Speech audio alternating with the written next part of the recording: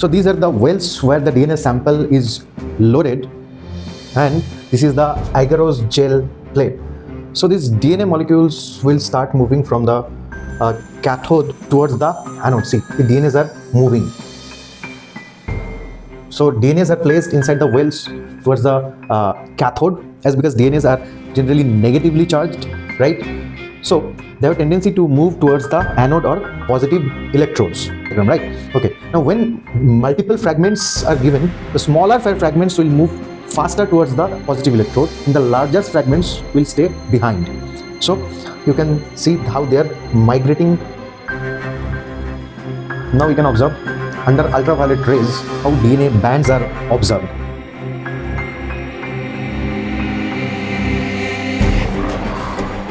See, you have to stain with ethylium bromide first, so the DNA bands will appear bright orange in color. See, so these are the places on agarose gel plate where DNA bands are present, right? And now we have to separate those bands out to the process of elution. Molecular scissors are used to cut DNA. DNA is double-stranded molecule, and they are cutting the sugar phosphate backbone, okay, or the bond they are breaking, that is the phosphodiester bond, right? So after adding the chilled ethanol in this solution, you can see that its DNA strands are separated from the rest of the impurities, and by utilizing this sterilized rod, okay, carefully we'll be separating out the DNA strand, and this is called spooling of DNA. Hello and welcome back again to another rapid revision one shot of the chapter Biotechnology Principles and Processes. You are at our YouTube platform here at Assam Nagaon, and the platform is Gurukul 360. Remember, myself Bishwajit, your zoology mentor here at this platform. Okay, तो students, अगर आप ये chapter completely पढ़ चुके हैं in detail और आपको चाहिए एक rapid revision, then you are at right place. Yes, तो बेसिकली इस सेशन का नाम हम लोग गन शॉट इसलिए रखे है कि बहुत fast, very rapidly will be covering this whole chapter with every detail from NCERT, right, from top to bottom, from basic to advance. Yes, okay. तो अगर आप फास्ट पढ़ना चाहते हैं तो अभी से ये वीडियो जो है 1.25 से 1.5x स्पीड में आप पढ़ सकते हैं. If you are here for revision purpose, yes, if you are new for the first time, you are preparing this chapter, that is biotechnology principles and processes, तो normal speed में भी आप इसको देख सकते हैं.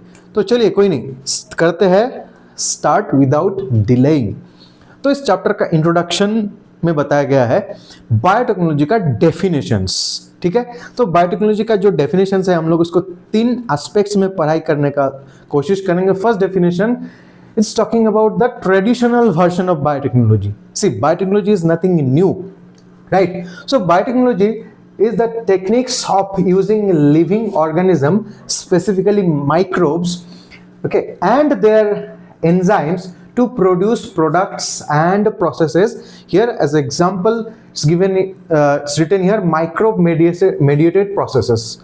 Like हम लोग अगर मिल्क से कार्ड बनाना चाहते हैं तो हम लोग यहाँ पे कौन सा माइक्रोब यूज करेंगे? Lactobacillus bacteria. यस, तो यहाँ से शुरू हो जाता है बायोटेक्नोलॉजी का. इडली बना रहे हैं, डोसा बना रहे हैं, फर्मेंटेशन टेक्निक.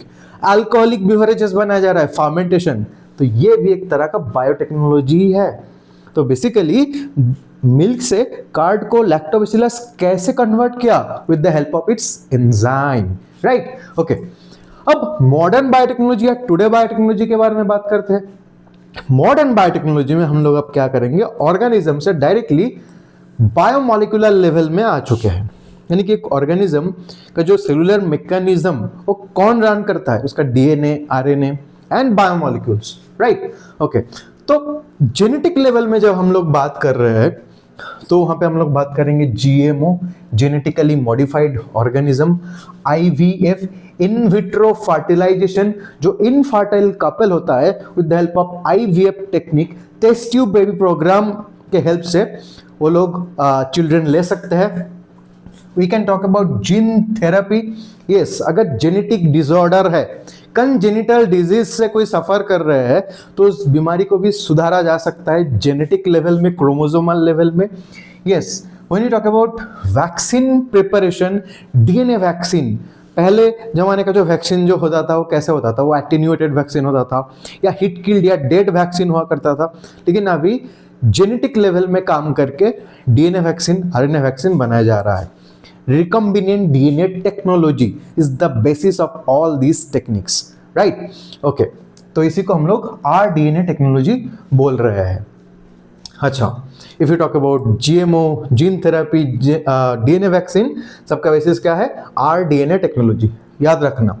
अच्छा, नेक्स्ट, अब European federation of biotechnology, European federation of biotechnology जो है, ये ऑर्गेनाइजेशन ने बायोटेक्नोलॉजी का जो ओल्ड अप्रोच और मॉडर्न अप्रोच को कंपाइल कर दिया है। So what they are telling us, that integration of natural science and organism, cells, parts thereof and molecular analog for products and service।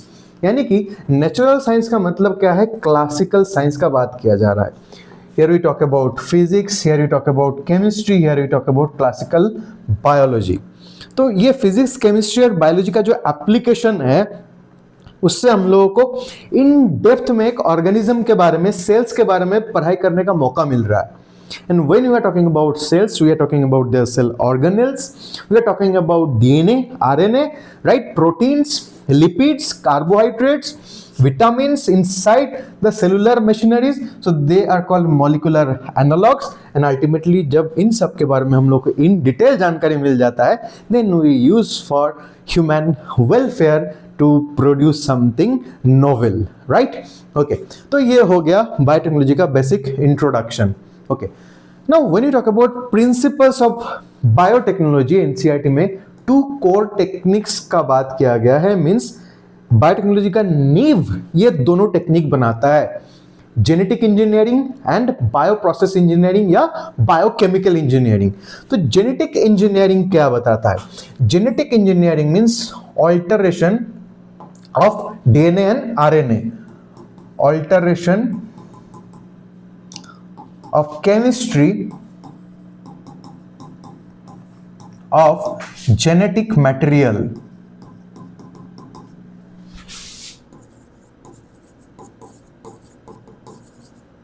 like DNA and RNA। अच्छा, तो basically एक organism का genome में वार किया जा रहा है, जेनेटिक मटेरियल में डीएनए आरएनए का जो सीक्वेंस है उसमें चेंजेस लाया जा रहा है। Why we are bringing those kind of change? To get new type of phenotypic expression।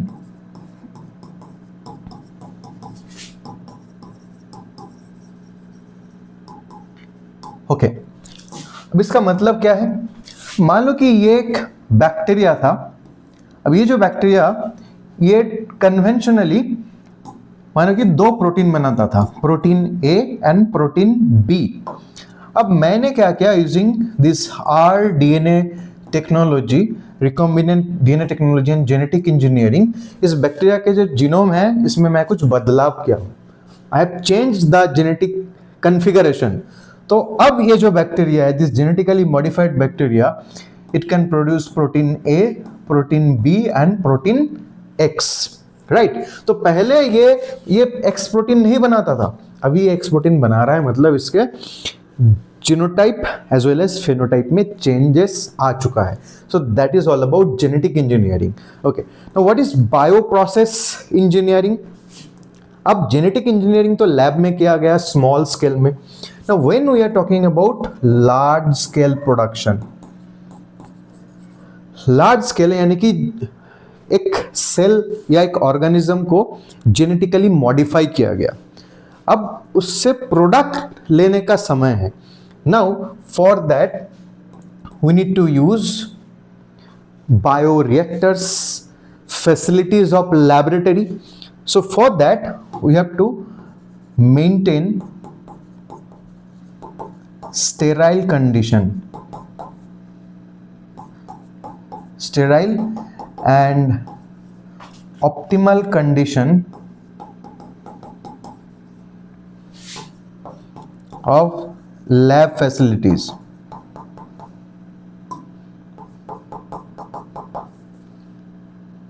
Okay तो जब लैब फैसिलिटीज के अंदर एक sterile and optimal condition, sterile condition मतलब लैब में कंटामिनेशन फ्री एक एनवायरनमेंट तैयार किया जा रहा है, there will be no contamination और contamination free environment inside the lab, ताकि तुम्हारा जो डिजायर्ड ऑर्गेनिज्म है, जो डिजायर्ड ऑर्गेनिज्म जिसको जेनेटिक इंजीनियरिंग प्रोसेस फॉलो करके मॉडिफाई किया गया है, जिसको जीएमओ जेनेटिकली मॉडिफाइड ऑर्गेनिज्म भी कहा जा रहा है, क्योंकि उसके अंदर एक डिजायर्ड जीन है जो कि दूसरे ऑर्गेनिज्म से कलेक्ट करके एक ऑर्गेनिज्म के अंदर डाला गया है, इंसर्ट किया गया है, इसको इस ऑर्गेनिज्म को ट्रांसफॉर्म किया गया है with new set of genes, तो इसको हम लोग बोलेंगे जेनेटिकली मॉडिफाइड ऑर्गेनिज्म। इससे हम लोग को क्या मिल सकता है, रिकॉम्बिनेंट, यानी कि न्यू काइंड ऑफ प्रोटीन्स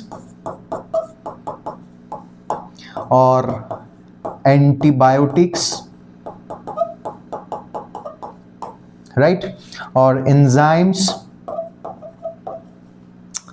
तो बेसिकली जेनेटिकली मॉडिफाइड का कल्चर करना होता है, ठीक है। तो बायो प्रोसेस इंजीनियरिंग में बेसिकली यहां पे टिश्यू कल्चर का बात किया जा रहा है। It may be culture of microbe, culture of plant cells, culture of animal cells, culture of fungal cells in a large scale setup, जहाँ पे हम लोग ह्यूमन वेलफेयर के लिए उस ऑर्गेनिज्म को यूज करके प्रोडक्ट ले सकते हैं और अल्टीमेटली उसको मार्केट में भेज सकते हैं। So that whole process is called bio process engineering और biochemical engineering. So these two are the core principles of biotechnology. Okay, अब जेनेटिकली मॉडिफाइड ऑर्गेनिज्म का 3 बेसिक स्टेप, जीएमओ का 3 बेसिक स्टेप के बारे में जानना है। फर्स्ट क्या है, first identification of DNA with desirable gene, जिसको जीन ऑफ इंटरेस्ट जीओआई बोला जा रहा है। यानी कि तुमने एक ऑर्गेनिज्म को सिलेक्ट किए, राइट, ये एक ऑर्गेनिज्म है।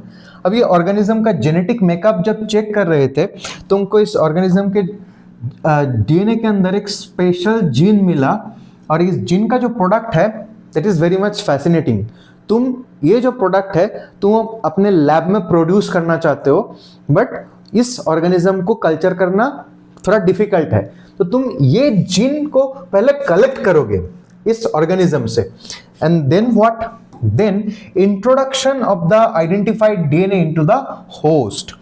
तो होस्ट कौन है, होस्ट एक दूसरे ऑर्गेनिज्म है, ये होस्ट ऑर्गेनिज्म है, ठीक है। तो तुम क्या किए, इस ऑर्गेनिज्म से ये जीन ऑफ इंटरेस्ट को आइसोलेट किए और इस जीन ऑफ इंटरेस्ट को होस्ट के जीनोम के अंदर इनकॉर्पोरेट कर दिए, राइट। ओके, अब ये होस्ट ऑर्गेनिज्म क्या है, जो ये न्यू सेट ऑफ जीन को अपने अंदर एंट्री देते हैं और इसका एक्सप्रेशन करके वो रिकॉम्बिनेंट प्रोटीन हमारे लिए बना के देते हैं। तो that organism is called host. Host को लैब में कल्चर करना इजी है in compare to this donor organism और alien organism, right. Okay, and after that maintenance of introduced DNA inside the host and transfer the DNA to its progeny. अब basically ये host के अंदर जब ये आ गया, इस प्रोसेस को हम लोग क्या बोलते हैं, ट्रांसफॉर्मेशन। याद रखना, ये होस्ट अभी क्या हो गया, ट्रांसफॉर्म हो गया, ये जेनेटिकली मॉडिफाइड हो गया। ये क्या हो गया, जीएम हो गया, जेनेटिकली मॉडिफाइड। अब इस चीज का सबूत कैसे मिलेगा कि ये प्रोसेस कंप्लीटेड सक्सेसफुली हुआ कि नहीं हुआ। अब ये होस्ट क्या करेगा, जब रिप्रोडक्शन करेगा, यानी कि ये अगर एक बैक्टीरिया है तो ये बाइनरी फिशन करके 2 बैक्टीरिया बनाएगा। So these will be the new progeny of this host. अब ये न्यू प्रोजेनी के जो जीनोम है उसमें भी ये जीन ऑफ इंटरेस्ट अगर गया है, इसका मतलब ये होस्ट सक्सेसफुली ये जीन ऑफ इंटरेस्ट को रिसीव किया है, वो अपने जीनोम में इनकॉर्पोरेट करवा दिया है, और जब जब वो सेल डिवीजन या रिप्रोडक्शन कर रहा है, ठीक है, तो अपना न्यू प्रोजेनी में भी ये जीन को ये भेज रहा है, ठीक है। So this three are the main motto of genetically modified organism, right. Now let's move forward. अब हम लोग आरडीएनए टेक्नोलॉजी के बारे में थोड़ा सा डिटेल में पढ़ेंगे, राइट, ओके। तो यहां पे मैं एनसीईआरटी में क्या है वो स्टेप हैप्पैजार्डली इधर उधर लिखा हुआ है, तो मैंने क्या किया, वो step wise starting to end इस प्रोसेस को अच्छी तरह से मैं लिख दिया हूं। तो फर्स्ट क्या करना होगा, first you have to isolate the DNA, right, from ये जीन ऑफ इंटरेस्ट। ये जो डीएनए है बेसिकली ये हमारा, इस डीएनए के अंदर हमारा जीन ऑफ इंटरेस्ट है, ठीक है। तो ये कहां से कलेक्ट करोगे, फ्रॉम एनी बैक्टीरिया, राइट, और फ्रॉम एनी एनिमल और प्लांट और एनी फंगल सेल जिसके अंदर वो डीएनए है, और ये डीएनए के अंदर हमारा डिजायरेबल जीन या जीन ऑफ इंटरेस्ट है, राइट, ओके। अब क्या है, काटिंग ऑफ डीएनए। अब डीएनए को तो निकाल दिए उस सेल से, उसके बाद डीएनए को काट करना पड़ेगा, क्योंकि उस डीएनए को पूरा डीएनए से मतलब नहीं है। डीएनए के अंदर जो जीन है उस स्पेसिफिक जीन से मुझे मतलब है, तो उस जीन को काट करना पड़ेगा, and for that I need help of a special enzyme, इसका नाम है restriction endonuclease, okay. Restriction endonuclease को शॉर्टकट में मैं इस चैप्टर में रेन बताऊंगा, रेन, रेस्ट्रिक्शन एंडोन्यूक्लिएज। अच्छा, नेक्स्ट क्या है, ओके। अब जब रेस्ट्रिक्शन एंडोन्यूक्लियस से डीएनए को काट किया, वो डीएनए को काटा गया है, तो कुछ बड़ा पीस निकला है डीएनए का, कुछ छोटा पीस निकला है। तो डीएनए का जो पीसेस है, डीएनए का जो फ्रैगमेंट्स है, उसको सेपरेट करने के लिए मुझे अब एक नया टेक्निक का हेल्प लेना पड़ेगा, that is the process of separation of DNA, and will do this with the help of gel electrophoresis technique,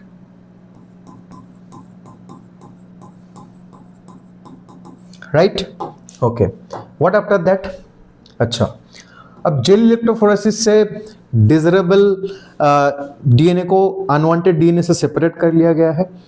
अब ये डीएनए को क्या करना होगा, होस्ट के अंदर भेजना पड़ेगा, ठीक है। बट होस्ट क्या है, डायरेक्टली उस डीएनए को अपने अंदर परमिशन नहीं देगा, तो इसीलिए होस्ट के अंदर वो जीन ऑफ इंटरेस्ट को डिलीवर करने के लिए मुझे वेक्टर का हेल्प लेना पड़ेगा, जैसे कि प्लाज्मिड, ठीक है।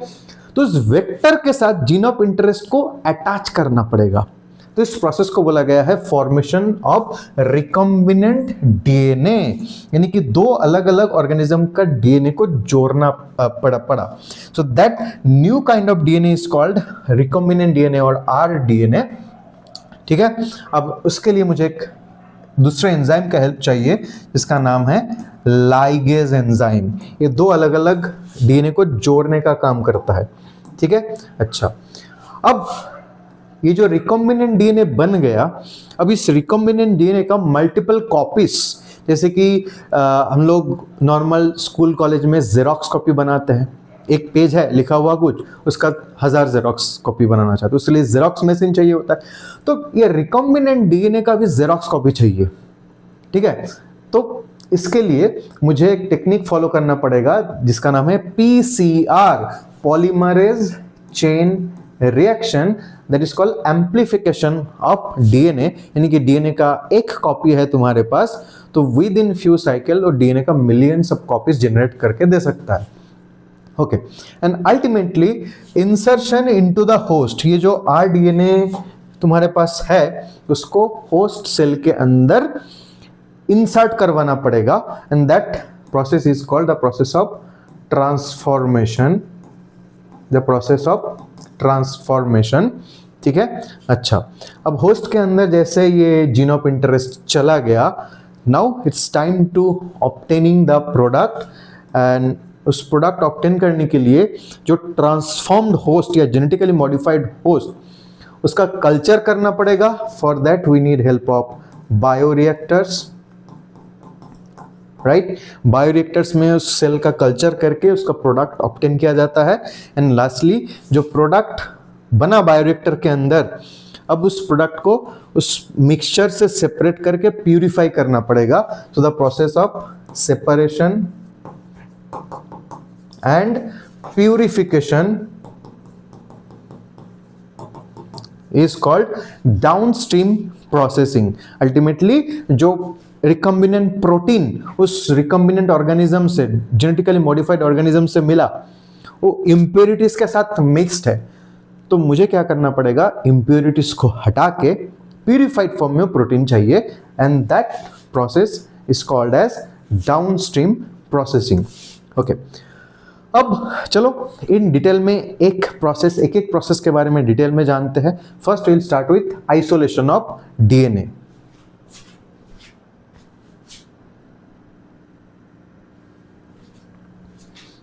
अच्छा, तो आइसोलेशन ऑफ डीएनए का बेसिक फंडा क्या है।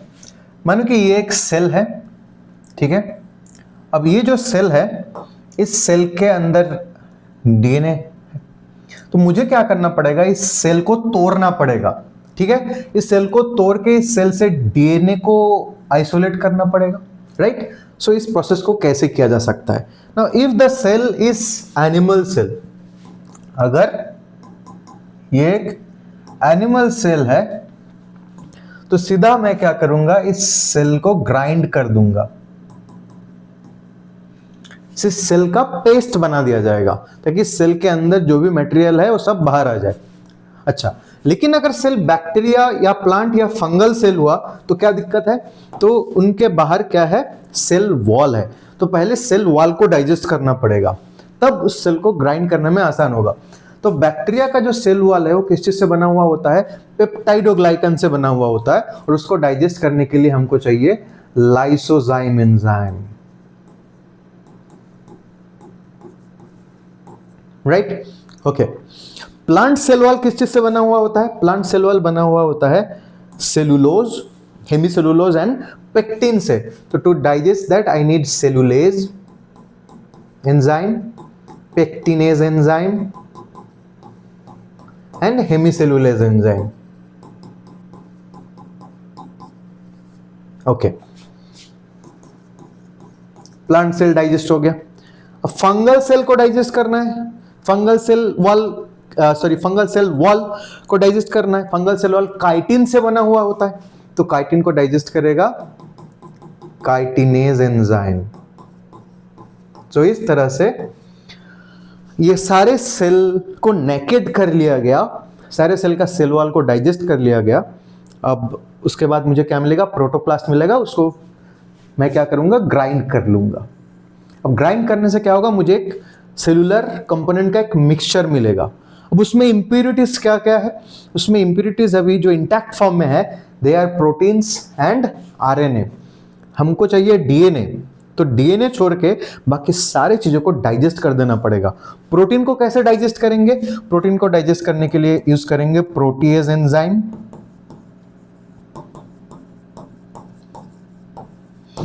एंड आरएनए को डाइजेस्ट करने के लिए यूज करेंगे आरएनएज एंजाइम।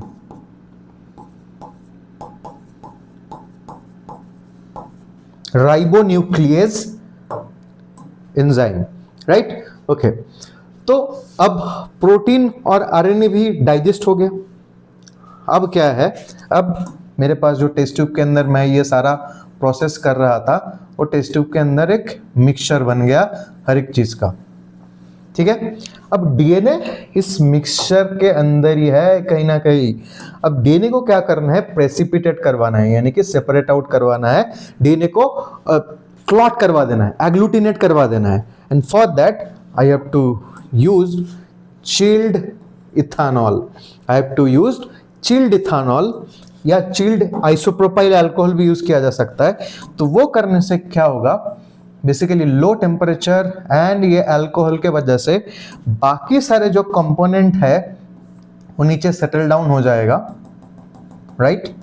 और डीएनए को एग्रीगेट करवा देगा, और डीएनए जो है ये ऊपर तैरते रहता है चेन के फॉर्म में, ठीक है। तो बेसिकली ये टोटल जो इम्प्योरिटीज है उससे डीएनए को सेपरेट करने के लिए क्या यूज करेंगे? चिल्ड इथेनॉल यूज करेंगे। चिल्ड इथेनॉल क्यों यूज किए हम लोग? Low temperature decrease the solubility of DNA. जो डीएनए को डाइजेस्ट करने के लिए अगर कोई एंजाइम आएगा तो उस एंजाइम का एक्टिविटी को कम कर देते हैं, डीएनए को दूसरे इंप्योरिटी से सेपरेट आउट कर देते हैं एंड डीएनए को कंसेंट्रेट करवा दिया जाता है, प्योर डीएनए को, ताकि वो प्रेसिपिटेट हो सके। यहाँ पे मतलब डीएनए ऊपर तैरते रहता है, ठीक है। अब नेक्स्ट प्रोसेस क्या है? Next process is spooling and collection of pure DNA. Now what is spooling? Spooling में क्या करेंगे हम? Will use a sterile rod, glass rod भी यूज किया जा सकता है। एक स्टेराइल ग्लास रॉड यूज करके हम लोग क्या करते हैं, ये जो डीएनए टेस्ट ट्यूब के अंदर था उस डीएनए को इस तरह से सेपरेट आउट कर लिया जाएगा, ठीक है। जिस तरह से चाउमीन हम लोग उठाते हैं ना, ठीक उसी तरह से बिल्कुल यहाँ से जो डीएनए फ्लोट कर रहा है, ये रॉड यूज करके चाउमीन के जैसा इस डीएनए थ्रेड को सेपरेट आउट कर लिया जाता है। एग्जैक्टली वो प्रोसेस को बोला जाता है क्या? स्पूलिंग बोला जाता है, ठीक है। अब हम लोग के पास क्या मिल गया? हम लोग के पास मिल गया अपना डीएनए, यानी कि डीएनए आइसोलेशन कंप्लीट हो गया। अच्छा, अब नेक्स्ट प्रोसेस क्या है? ये जो डीएनए मैं आइसोलेट किया, माने कि ये जो डीएनए है, ये पूरा डीएनए से मुझे मतलब नहीं है। मुझे मतलब किस चीज से है? एक स्पेशल जीन से, जो कि इस डीएनए के अंदर प्रेजेंट है। ये जो स्पेशल जीन है, that is our desirable gene. इसी को बोला जाता है GOI, that is our desirable gene. It is called gene of interest, यानी कि यही जीन को सेपरेट आउट करना है, तो इसीलिए इसको काट करना पड़ेगा, ठीक है। अब इसको कट करने के लिए हम लोग नॉर्मली घर पे कोई चीज को काटने के लिए क्या यूज करते हैं? कैंची यूज करते हैं, सीजर इस्तेमाल करते हैं। तो यहाँ पे मॉलिक्यूलर बायोलॉजी में लैब में चीजों को कट करने के लिए हम लोग यूज करते हैं एक एंजाइम जिसका नाम क्या है? रेस्ट्रिक्शन एंडोन्यूक्लियस, रेन हम शॉर्टकट में बोल रहे थे। तो रेस्ट्रिक्शन एंडोन्यूक्लियस यूज करके ये क्या करेगा, जो अपना जीन ऑफ इंटरेस्ट है उसको अनवांटेड डीएनए से सेपरेट आउट कर देते हैं, ठीक है। So that is the precisely the process of cutting of DNA. Now let's talk about restriction enzyme, ठीक है। अब रेस्ट्रिक्शन एंजाइम के बारे में थोड़ा बात करेंगे। तो देखो, इन the year of 1963 two enzymes were responsible to counter the attack of bacteriophage in E. coli। तो E. coli एक बैक्टीरिया है, देखा गया है। इस बैक्टीरिया को अटैक करने के लिए जो वायरस रिस्पॉन्सिबल है, that is called bacteriophage virus, ठीक है। अब ये बैक्टीरियोफेज का अटैक को काउंटर करने के लिए, यानी कि उसको रोकने के लिए, ये E. coli 2 एंजाइम का यूज कर रहा था, ठीक है। And this process was discovered by 3 scientist, arbor, Nathan and Smith in the year of 1963। तो वो एंजाइम क्या था? पहला, the most important enzyme, that was restriction endonuclease. अच्छा, रेस्ट्रिक्शन एंडोन्यूक्लियस का काम क्या होता है? Cutting the viral DNA. ये वायरल डीएनए को कट कर सकता है, ठीक है। अब कहां पे कट करेगा? At a specific site.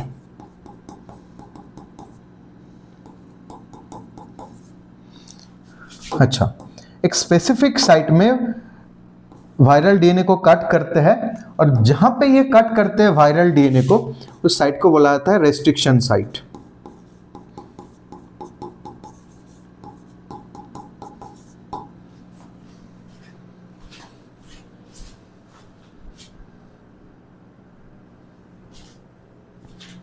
अच्छा, तो बेसिकली जैसे वायरस अटैक करते हैं बैक्टीरियल सेल को, उस वायरस का जो डीएनए है, ठीक है, उस डीएनए को स्पेसिफिक साइट से कट कर दिया जाता है। तो फिर वो डीएनए का क्या नहीं होगा? डीएनए का ट्रांसक्रिप्शन नहीं होगा, डीएनए से एमआरएनए नहीं बनेगा, और एमआरएनए से प्रोटीन भी नहीं बनेगा। ओके, अब दूसरा जो एंजाइम है, that is called methyl transferase enzyme. वो क्या करता है? मिथाइलेशन ऑफ डीएनए करता है। अच्छा, ये मिथाइलेशन ऑफ डीएनए का मतलब क्या होता है? ये मिथाइल ग्रुप ट्रांसफर कर देते हैं, ठीक है, ये मिथाइल ग्रुप ट्रांसफर कर देते हैं from one nucleotide to another nucleotide. तो बेसिकली ये जो मिथाइल ट्रांसफरेज एंजाइम है ये कहां पे मिथाइलेशन करता है? ये वायरल डीएनए का मिथाइलेशन करता है कि बैक्टीरियल डीएनए का मिथाइलेशन करता है? देखो ये बैक्टीरियल डीएनए का मिथाइलेशन करता है। ये अपना ही डीएनए का जो मिथाइल ग्रुप है वो इधर से उधर करके डीएनए का जो कॉन्फ़िगरेशन को टेम्पोररीली चेंज कर देते हैं ताकि जो खुद का जो रेस्ट्रिक्शन एंडोन्यूक्लियस एंजाइम है वो अपना ही डीएनए को कट ना करे। देखो फिर से मैं ध्यान से बताता हूं। वायरस बैक्टीरिया को अटैक किया, राइट? अब वायरस बैक्टीरिया के अंदर अपना जेनेटिक मटेरियल इंजेक्ट कर दिया, राइट? अब जेनेटिक मटेरियल यानी कि वायरस का जो डीएनए है उसको कट करने के लिए बैक्टीरिया क्या प्रोड्यूस किया? Restriction endonuclease enzyme. Restriction endonuclease enzyme DNA को देख के कट कर देते हैं ताकि वो डीएनए ट्रांसक्रिप्शन ना कर पाए, यानी कि डीएनए का ट्रांसक्रिप्शन नहीं होगा तो आरएनए नहीं बनेगा, और आरएनए नहीं बनेगा तो प्रोटीन भी नहीं बनेगा। तो वायरस का जो एक्टिविटी है वो सेल के अंदर खत्म हो गया।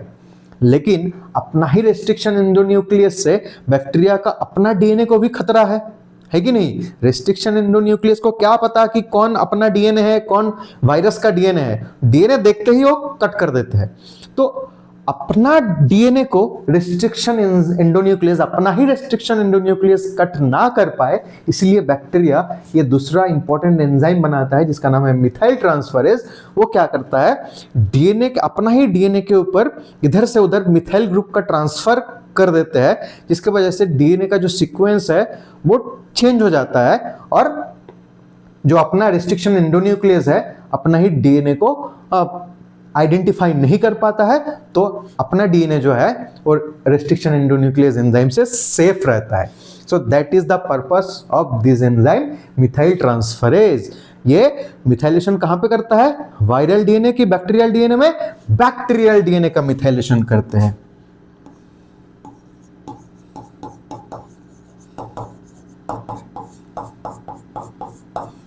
ओके अब देखो अभी हो गया।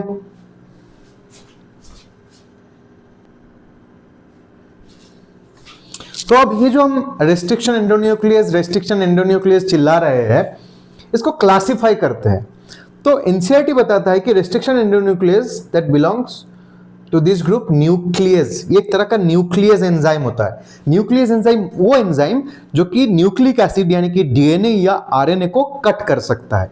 इस तरह के एंजाइम को बोला जाता है न्यूक्लियस। Got it? अच्छा, न्यूक्लियस अब एंजाइम का कौन सा क्लास में आता है? न्यूक्लियस एंजाइम का हाइड्रोलेज क्लास में आता है। एंजाइम का टोटल 6 क्लासेस है, उसमें से थर्ड जो क्लास है उसका नाम है हाइड्रोलेज, राइट? यानी कि हाइड्रोलाइसिस करवाता है। तो उनमें हाइड्रोलेज में से ही एक टाइप है न्यूक्लियस जो डीएनए या आरएनए को कट कर सकता है। अभी न्यूक्लियस 2 टाइप का होता है, एक्सोन्यूक्लियस एंड एंडोन्यूक्लियस। एक्सोन्यूक्लियस का काम क्या होता है? एक्सोन्यूक्लियस डीएनए मॉलिक्यूल को बाहर से काटता है, ठीक है? और एंडोन्यूक्लियस का काम क्या होता है? एंडोन्यूक्लियस डीएनए मॉलिक्यूल को अंदर से काटता है। So that is the difference between exo and endonuclease. अब अपना जो न्यूक्लियस है वो कौन है? रेस्ट्रिक्शन एंजाइम जो है रेस्ट्रिक्शन एंडोन्यूक्लियस होता है, ठीक है? अच्छा, अब ये रेस्ट्रिक्शन एंडोन्यूक्लियस का मैकेनिज्म ऑफ एक्शन जानते हैं। ये तो जान लिए कि ये डीएनए को अंदर से काटते हैं।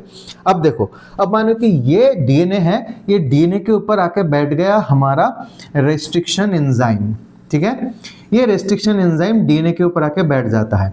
अच्छा, अब ये एक चीज ढूंढेगा डीएनए के ऊपर, अपना रेस्ट्रिक्शन साइट ये ढूंढना स्टार्ट करते हैं, ठीक है? That is called inspecting the length of DNA. ये डीएनए के ऊपर बैठ गया और डीएनए के ऊपर ये इंस्पेक्ट करते रहता है, ढूंढते रहता है कि कहां पे रेस्ट्रिक्शन साइट मिलेगा, ठीक है? So it inspect the length of DNA and only recognize palindromic sequence, ठीक है, जहां पे उसको ये पैलिंड्रोमिक सीक्वेंस मिल जाता है वहीं पे ये डीएनए को कट करते हैं, बट क्या लिखा हुआ है, slightly away from the centre of palindrome. तो पैलिंड्रोमिक सीक्वेंस का मतलब क्या होता है, जैसे कि ये वर्ड अगर हम लिख रहे हैं मलयालम, तो ये सामने से अगर पढ़ो तब भी ये मलयालम है, और अगर बैक साइड से पढ़ो तब भी ये मलयालम ही है। तो इस तरह के जो वर्ड है उसको बोला जाता है पैलिंड्रोम। अब जीन के लिए, यानी कि अगर एक डीएनए सीक्वेंस है, ठीक है, डीएनए बेस पेयर है, मानो कि डीएनए के ऊपर इस तरह का एक सीक्वेंस मिला है GAATTC, तो इसके कंप्लीमेंट्री बेस पेयर क्या होगा, सेम होगा ऑपोजिट साइड से GAATTC।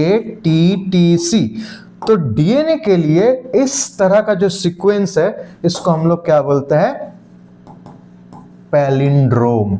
ये तो एक एग्जाम्पल है, ठीक है। तो इस तरह से बहुत सारा पैलिंड्रोमिक सीक्वेंस बनाया जा सकता है। तो basically this palindrome will be recognized by one of the most important restriction enzyme जिसका नाम है EcoR1। तो EcoR1 जो रेस्ट्रिक्शन एंजाइम है वो ये पर्टिकुलर पैलिंड्रोम को रिकॉग्नाइज करके डीएनए को कट करते हैं, ठीक है। अब मानो कि अपना जो ये जो रिकॉग्निशन सीक्वेंस है ये भी है GAATTC, तो अपना रिकॉग्निशन सीक्वेंस को रिकॉग्नाइज कौन कर सकता है, रेस्ट्रिक्शन एंजाइम EcoR1। तो ये पहले इंस्पेक्ट करते हुए ये यहाँ पे आ जाएगा, ठीक है, ये डीएनए मॉलिक्यूल को इंस्पेक्ट करते हुए यहाँ पे आ जाएगा।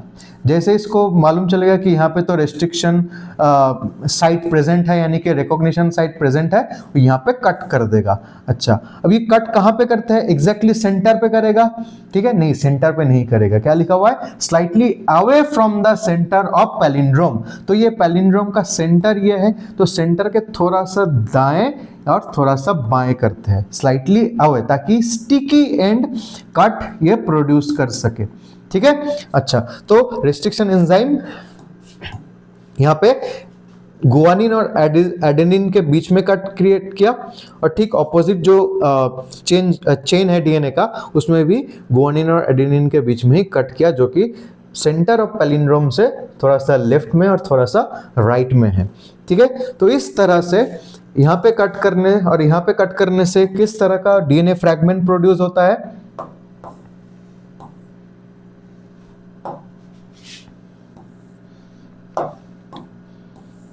यहाँ पे ऐसे डीएनए फ्रैगमेंट प्रोड्यूस हो गया,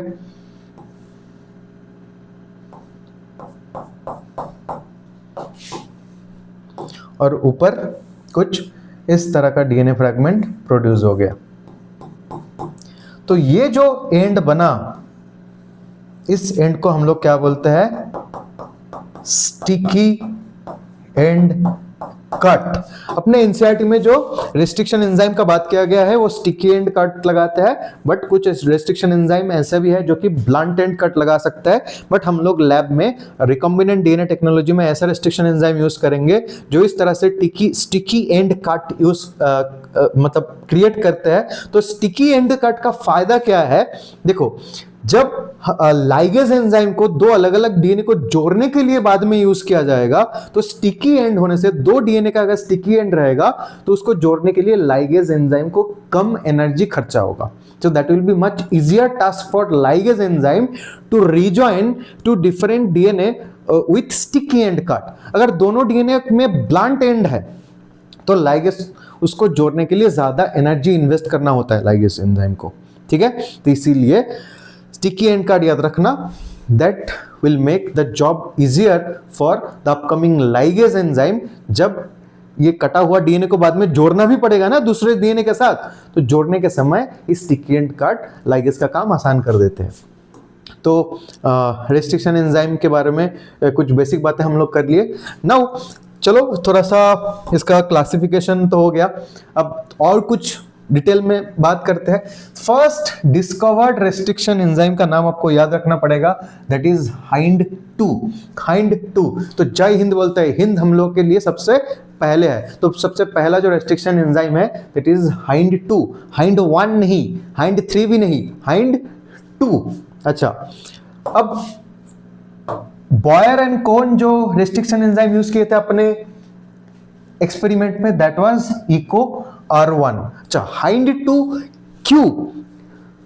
2 को क्यों फर्स्ट डिस्कवर्ड रेस्ट्रिक्शन एंजाइम बताया जा रहा है, वो कमेंट में कमेंट करके बताओ, क्लास में मैं ऑलरेडी पढ़ा चुका हूं। अच्छा, अब बात करते हैं नोमेनक्लेचर ऑफ रेस्ट्रिक्शन एंजाइम। कैसे नाम दिया जाता है रेस्ट्रिक्शन एंजाइम का, नाम कैसे कैसे होता है। इको R1 है ना, हाइंड 2, CLA1, BAM H1। तो ये अजीबोगरीब जो नाम है, इसके पीछे रीजन क्या है। देखो, तो रेस्ट्रिक्शन एंजाइम जो होता है उसका जो फर्स्ट लेटर होता है, ठीक है, जैसे कि इको R1 का अगर एग्जांपल ले लो, इको R1 का फर्स्ट लेटर कौन है, ई। तो ई कहां से आया है, that came from the genus of the bacteria. Restriction enzyme कहां से आइसोलेट किया जाता है, बैक्टीरिया से आइसोलेट किया जाता है। तो जो पर्टिकुलर बैक्टीरिया से वो आइसोलेट किया गया है, उस बैक्टीरिया का जेनेरिक नेम या कि जेनस नेम का पहला लेटर होता है फर्स्ट लेटर। ये आया है एशेरिकिया से, ठीक है। अच्छा, अब को सेकेंड एंड थर्ड लेटर कहां से आया है, ये बैक्टीरिया का स्पेसिफिक नेम से लिया गया है। तो एशेरिका के बाद आता है स्पीसीज कोलाई।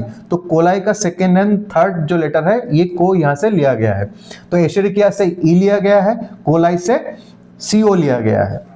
अच्छा, आर फोर्थ लेटर कहां से लिया जाता है, फोर्थ लेटर बताता है कि strain of that particular bacteria. तो इकोलाई बैक्टीरिया का सब टाइप्स को स्ट्रेन बोला जाता है, और यहाँ पे आर लिया गया है from the strain RY13।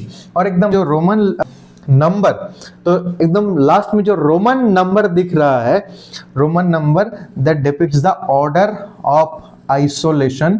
The Roman number says tells us about the order of isolation, यानी कि जब एक्सपेरिमेंट चल रहा था तो कितने ट्रायल के बाद उसको आइसोलेट किया गया है, ठीक है। एक दूसरा एग्जांपल अगर हम लोग ले लेते हैं, इको R1 के जगह में हाइंड 2। तो यहाँ पे H फॉर क्या है, H फॉर हीमोफिलस। अच्छा, इन कहां से लिया गया है, इन फॉर इन्फ्लुएंजी। अच्छा, D for RD strain, and 2 is the order of isolation।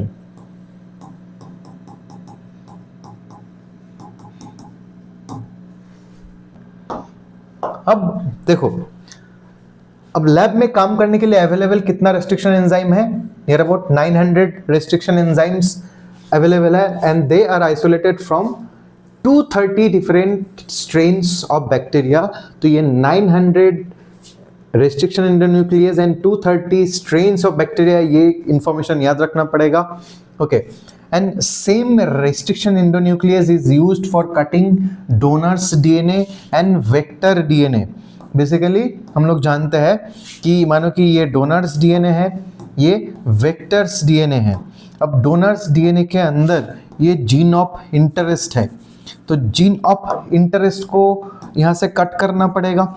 और जीन ऑफ इंटरेस्ट को कहाँ पे इंसर्ट करना है, जीन ऑफ इंटरेस्ट को इंसर्ट करना है ये वेक्टर्स डीएनए के अंदर, मानो कि ये एक प्लाज्मिड वेक्टर है, ठीक है।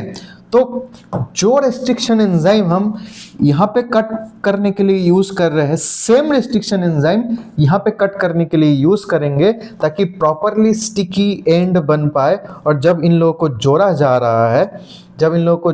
रहा है, तो एक दूसरे के साथ एक कंप्लीमेंट्री मैच बना पाए, और इजीली ये जो प्लाज्मिड है या वेक्टर डीएनए जो है, वो डोनर्स डीएनए या जीन ऑफ इंटरेस्ट को अपने अंदर एकोमोडेट करवा ले। दैट्स वाई अगर यहाँ पे इको R1 यूज कर रहे हो, तो यहाँ पे भी सेम इको R1 ही यूज करेंगे। यहाँ पे अगर हाइंड 2 इस्तेमाल कर रहे हो, तो यहाँ पे भी हाइंड 2 इस्तेमाल करेंगे। यहाँ पे अगर BAM H1 यूज कर रहे हो, तो यहाँ पे भी BAM H1 रेस्ट्रिक्शन एंजाइम ही हम लोग यूज करेंगे, ठीक है। तो इस लाइन का मतलब ये है। अच्छा, अब नेक्स्ट प्रोसेस है सेपरेशन ऑफ डीएनए, ठीक है। तो इससे पहले हम लोग क्या देखें कि रेस्ट्रिक्शन एंजाइम से तो कट करेंगे, यानी कि एक बड़ा सा डीएनए था, उस डीएनए का एक स्पेसिफिक सेगमेंट को कट किया गया, तो डीएनए का स्पेसिफिक सेगमेंट को कट करने के बाद ये अलग हो गया और ये अलग हो गया। लेकिन ये दोनों जो है, ये वाला पार्ट और ये वाला पार्ट, ये तो एक ही मिक्सचर में है, बोले ये एक दूसरे से अलग हो गया, लेकिन इससे इसको सेपरेट आप कैसे करेंगे? And for that we have to run gel electrophoresis, and that is the process of separation of DNA. तो देखो जेल इलेक्ट्रोफोरेसिस में क्या किया जाता है? So basically this is the process of separation of DNA according to their size। ये main important बात है। जेल इलेक्ट्रोफोरेसिस से हम लोग क्या कर सकते हैं? बड़ा डीएनए को छोटा डीएनए से सेपरेट आउट कर सकते हैं। जैसे कि मैं कुछ डीएनए के बारे में लिख रहा हूँ। एक डीएनए जो कि जिसका साइज है 10 बेस पेयर, एक डीएनए मॉलिक्यूल है जिसका साइज है 100 बेस पेयर, एक डीएनए मॉलिक्यूल है जिसका साइज है 1000 बेस पेयर। ठीक है, तो जो डीएनए जितना ज्यादा बेस पेयर का होगा उस डीएनए का साइज भी उतना ही बड़ा होगा। तो छोटा डीएनए को बड़ा डीएनए से सेपरेट करने के लिए हम लोग जेल यूज करेंगे। ठीक है, वो जेल का नाम क्या है? उस जेल का नाम है एगरोस जेल। ये जेल प्लेट में यूज किया जाता है। Agarose gel basically purified form of agar that is obtained from seaweed, specifically Gracilaria, Gelidium. ठीक है, इस तरह का सीवीड्स का एक्सट्रैक्ट से ये बनाया जाता है। अच्छा, अब ये जेल ही क्यों यूज करते हैं डीएनए को सेपरेट आउट करने के लिए? उसका आंसर भी आपको याद रखना पड़ेगा। Why agarose gel is used to separate DNA based upon their size? Due to its sieving property of the gel that separates DNA fragment। यानी कि सीव यानी कि छन्नी एक फिल्टर जैसा काम करता है कि बड़ा डीएनए और छोटा डीएनए को सेपरेट आउट करने के लिए। ठीक है, that is called sieving property. अच्छा, अब ये जेल के अंदर से डीएनए मूव कर सकता है, तो डीएनए कहां पे मूव करेगा? डीएनए मूव टुवर्ड्स, कहां से कहां पे? DNA move towards anode. अच्छा, अब नेक्स्ट क्वेश्चन है डीएनए एनोड की तरफ ही क्यों मूव करता है? क्योंकि डीएनए जो है वो तो नेगेटिवली चार्ज है, बट एनोड क्या है? एनोड तो पॉजिटिव इलेक्ट्रोड है, इसीलिए नेगेटिवली चार्ज जो डीएनए है वो कैथोड से वो पॉजिटिवली चार्ज इलेक्ट्रोड एनोड की ओर भागेगा। सिंपल सी बात है। अच्छा, यहां पे क्या है? Smaller DNA moves faster. जो डीएनए जितना छोटा होगा वो ये जो सिव पोर्स होता है एगरोस जेल के अंदर से, उस छोटा बड़ा सारे प्रकार के स्पोर के अंदर से वो जल्दी जल्दी आगे भागेगा।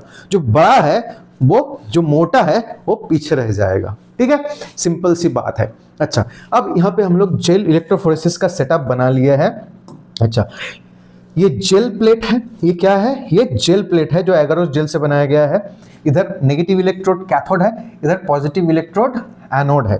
ठीक है, अच्छा, कैथोड के तरफ कुछ कैविटीज बना दिया जाता है जिसको बुलाता है वेल्स। इस वेल्स के अंदर हम लोग क्या करेंगे? डीएनए सैंपल डालेंगे।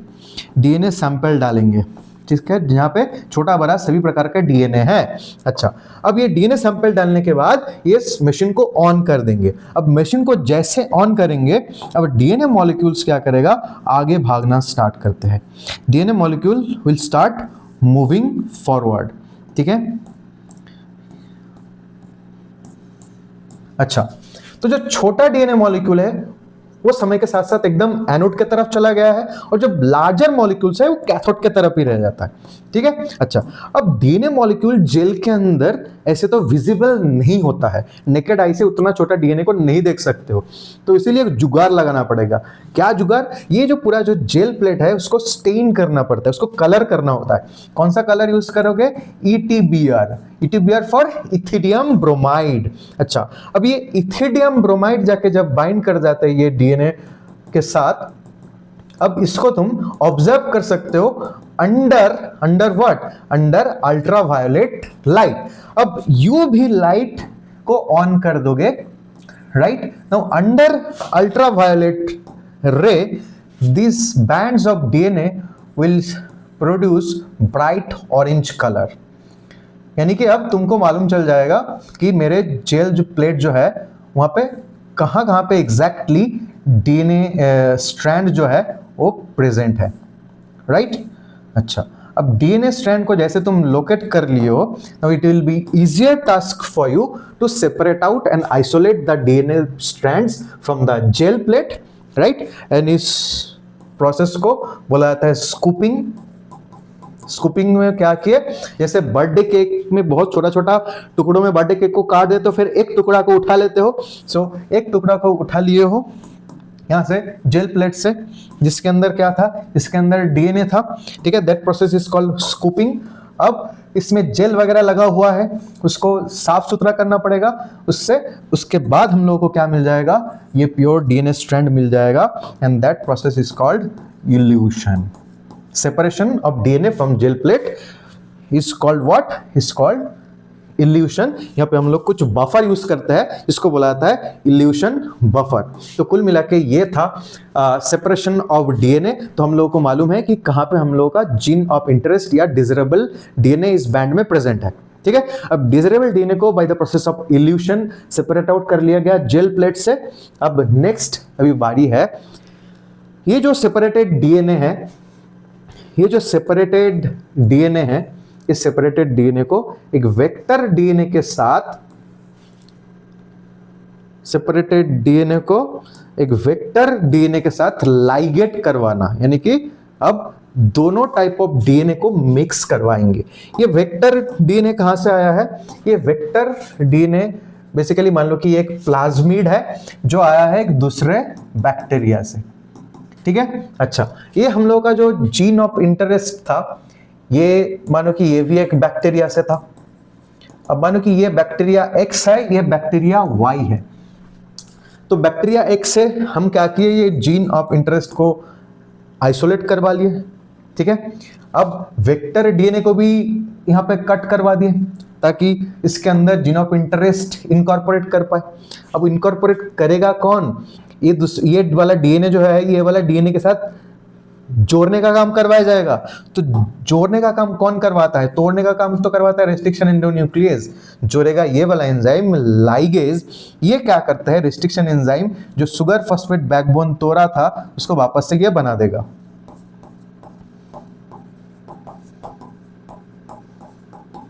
शुगर फॉस्फेट बैकबोन जो टूटा था उसको वापस से ये जोड़ देता है।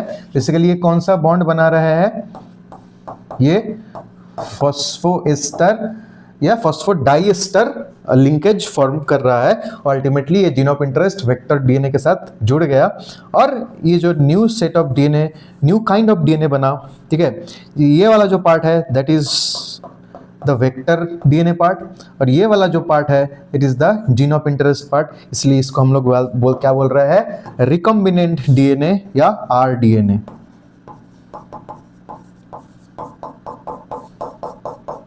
दो अलग अलग बैक्टीरिया X एक प्रजाति था, बैक्टीरिया Y एक दूसरा स्पीसीज है। X species and Y species का डीएनए को मर्ज करवा के ये डीएनए बनाया गया। So that's why it's called recombinant DNA. अच्छा, अब ये जो रिकॉम्बिनेंट डीएनए लैब में प्रिपेयर करवाया गया, अब क्या करवाया जाएगा कि ये जो रिकॉम्बिनेंट डीएनए है इसका थाउजेंड्स ऑफ कॉपीज हम लोग को प्रोड्यूस करवाना है।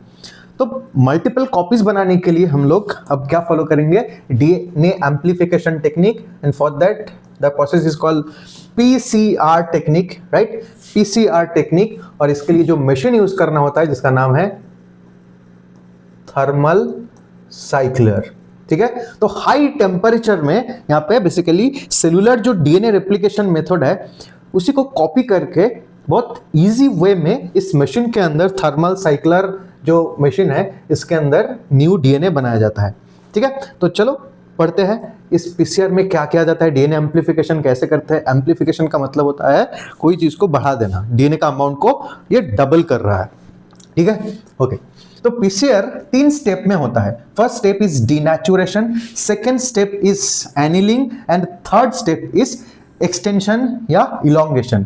डीनेचुरेशन कौन सा टेम्परेचर में होता है, 90 डिग्री सेल्सियस टेम्परेचर में होता है। अच्छा, एनिलिंग कौन सा टेम्परेचर में होता है, 55 डिग्री सेल्सियस टेम्परेचर में होता है। एंड इलोंगेशन होता है 72 डिग्री सेल्सियस टेम्परेचर में। अच्छा, तो टेम्परेचर देख के समझ में आ रहा है कि कितना हाई टेम्परेचर में ये सारा प्रोसेस हो रहा है। तो इसमें जो ये सारा काम करवाने के लिए जो एंजाइम्स वगैरह चाहिए होता है वो भी नॉर्मल एंजाइम तो नहीं है, ठीक है। तो हाई टेम्परेचर में डीएनए को रेप्लिकेट करवाना है। For that we need special thermostable DNA polymerase enzyme.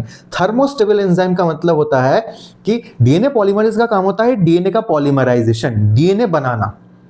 ठीक है। अच्छा, तो हाई टेम्परेचर में भी ये स्टेबल रहता है, हाई टेम्परेचर में भी ये डीनेच्योर्ड यानी कि खराब नहीं होता है। हम लोग के अंदर जो डीएनए पॉलीमरेज है वो हाई टेम्परेचर में 40 डिग्री के ऊपर जाएगा तो वो खराब हो जाएगा, बट ये डीएनए पॉलीमरेज जिसको थर्मोस्टेबल कहा जा रहा है ये हाई टेम्परेचर में भी खराब नहीं होता है। ठीक है, तो कौन सा एंजाइम है, तो एक एग्जांपल लिखा हुआ है टैक पॉलीमरेज। ये टैक कहां से आया है, टैक फॉर थर्मस एक्वाटिकस। तो थर्मस एक्वाटिकस, अच्छा, तो ये थर्मस एक्वाटिकस क्या होता है, एक ऐसा थर्मोफिलिक बैक्टीरिया है जो कि हाई टेम्परेचर इसको पसंद है। ठीक है, तो ये हॉट वेंट या हॉट स्प्रिंग में या सल्फर स्प्रिंग में ये पाया जाता है जहां पे पानी का टेम्परेचर 90 डिग्री या 100 डिग्री के बीच में रहता है। ठीक है, अच्छा, तो ये बैक्टीरिया गर्मी में कैसे सर्वाइव करता है, क्योंकि इस बैक्टीरिया के पास सर्वाइव करने लायक एंजाइम है। ठीक है, ओके, तो ये हो गया थर्मोस्टेबल डीएनए पॉलीमरेज, हम लोग पीसीआर के लिए इस्तेमाल करेंगे डीएनए बनाने के लिए। अच्छा, और एक कैलकुलेशन बताया गया है कि आफ्टर एवरी साइकिल डीएनए का अमाउंट जो होता है डबल हो जाता है। तो आफ्टर 30 साइकिल कितना डीएनए, अगर one double standard DNA molecule से अगर तुम प्रोसेस स्टार्ट किए हो तो आफ्टर 30 साइकिल जो है you will get near about 1 billion copies of new DNA double strand. एक साइकिल के बाद एक डीएनए 2 डीएनए बन जाता है, तो 30 साइकिल के बाद क्या होगा, 1 बिलियन डीएनए बन जाता है। तो ये कौन सा फॉर्मूला फॉलो करेंगे, देखो फॉर्मूला क्या है, N0 multiplied by 2 to the power n equals two copies of DNA. ठीक है, जहां पे N0 का मतलब क्या होता है, initial DNA molecule, and 2 to the power n का मतलब टोटल साइकिल नंबर। तो अगर तुम 1 डीएनए मॉलिक्यूल से स्टार्ट किए थे तो N0 का मतलब क्या होगा 1, and 2 to the power n ये साइकिल नंबर। ठीक है, तो टोटल कितने साइकिल, अच्छा स्मॉल n का मतलब होता है साइकिल नंबर, तो कितना साइकिल रन किए थे 30 साइकिल, तो 2 to the power 30 हो जाएगा। ठीक है, n स्मॉल n का मतलब होता है साइकिल नंबर, तो यहाँ पे n का मतलब क्या हो जाएगा, n यहाँ पे हो जाएगा 30। ठीक है, तो 1 into 2 to the power 30 somewhere equal to 1 billion के आसपास ही आ जाएगा, तुम कैलकुलेट करके देख लो। अच्छा, तुमको अगर ऐसा क्वेश्चन पूछा जाएगा कि you have started the PCR with 2 double standard DNA molecule and tell me the total number of DNA copies we will obtain after 10 cycle, तो उस केस में क्या करोगे, इस फॉर्मूला में पुट कर दोगे, इनिशियल कॉपी ऑफ डीएनए कितना था 2, तो N0 के जगह में 2 कर दोगे, इनटू कितना साइकिल रन करवाए हो, 10 साइकिल रन करवाए हो, तो कर दोगे 2 to the power 10, तो 2 into 2 to the power 10 जितना आ रहा है that will be the total copies of DNA after 10 cycle. ठीक है, तो इस तरह से पीसीआर से रिलेटेड छोटा सा ये इस तरह का मतलब प्रॉब्लम बेस्ड क्वेश्चन दिया जा सकता है। अच्छा, अब पीसीआर 3 स्टेप में हुआ था, डीनेचुरेशन, एलिनिंग एंड इलॉन्गेशन। अब चलो चलते हैं, डीनेचुरेशन क्या होता है, डीनेचुरेशन का मतलब होता है सेपरेशन ऑफ डीएनए स्ट्रैंड्स,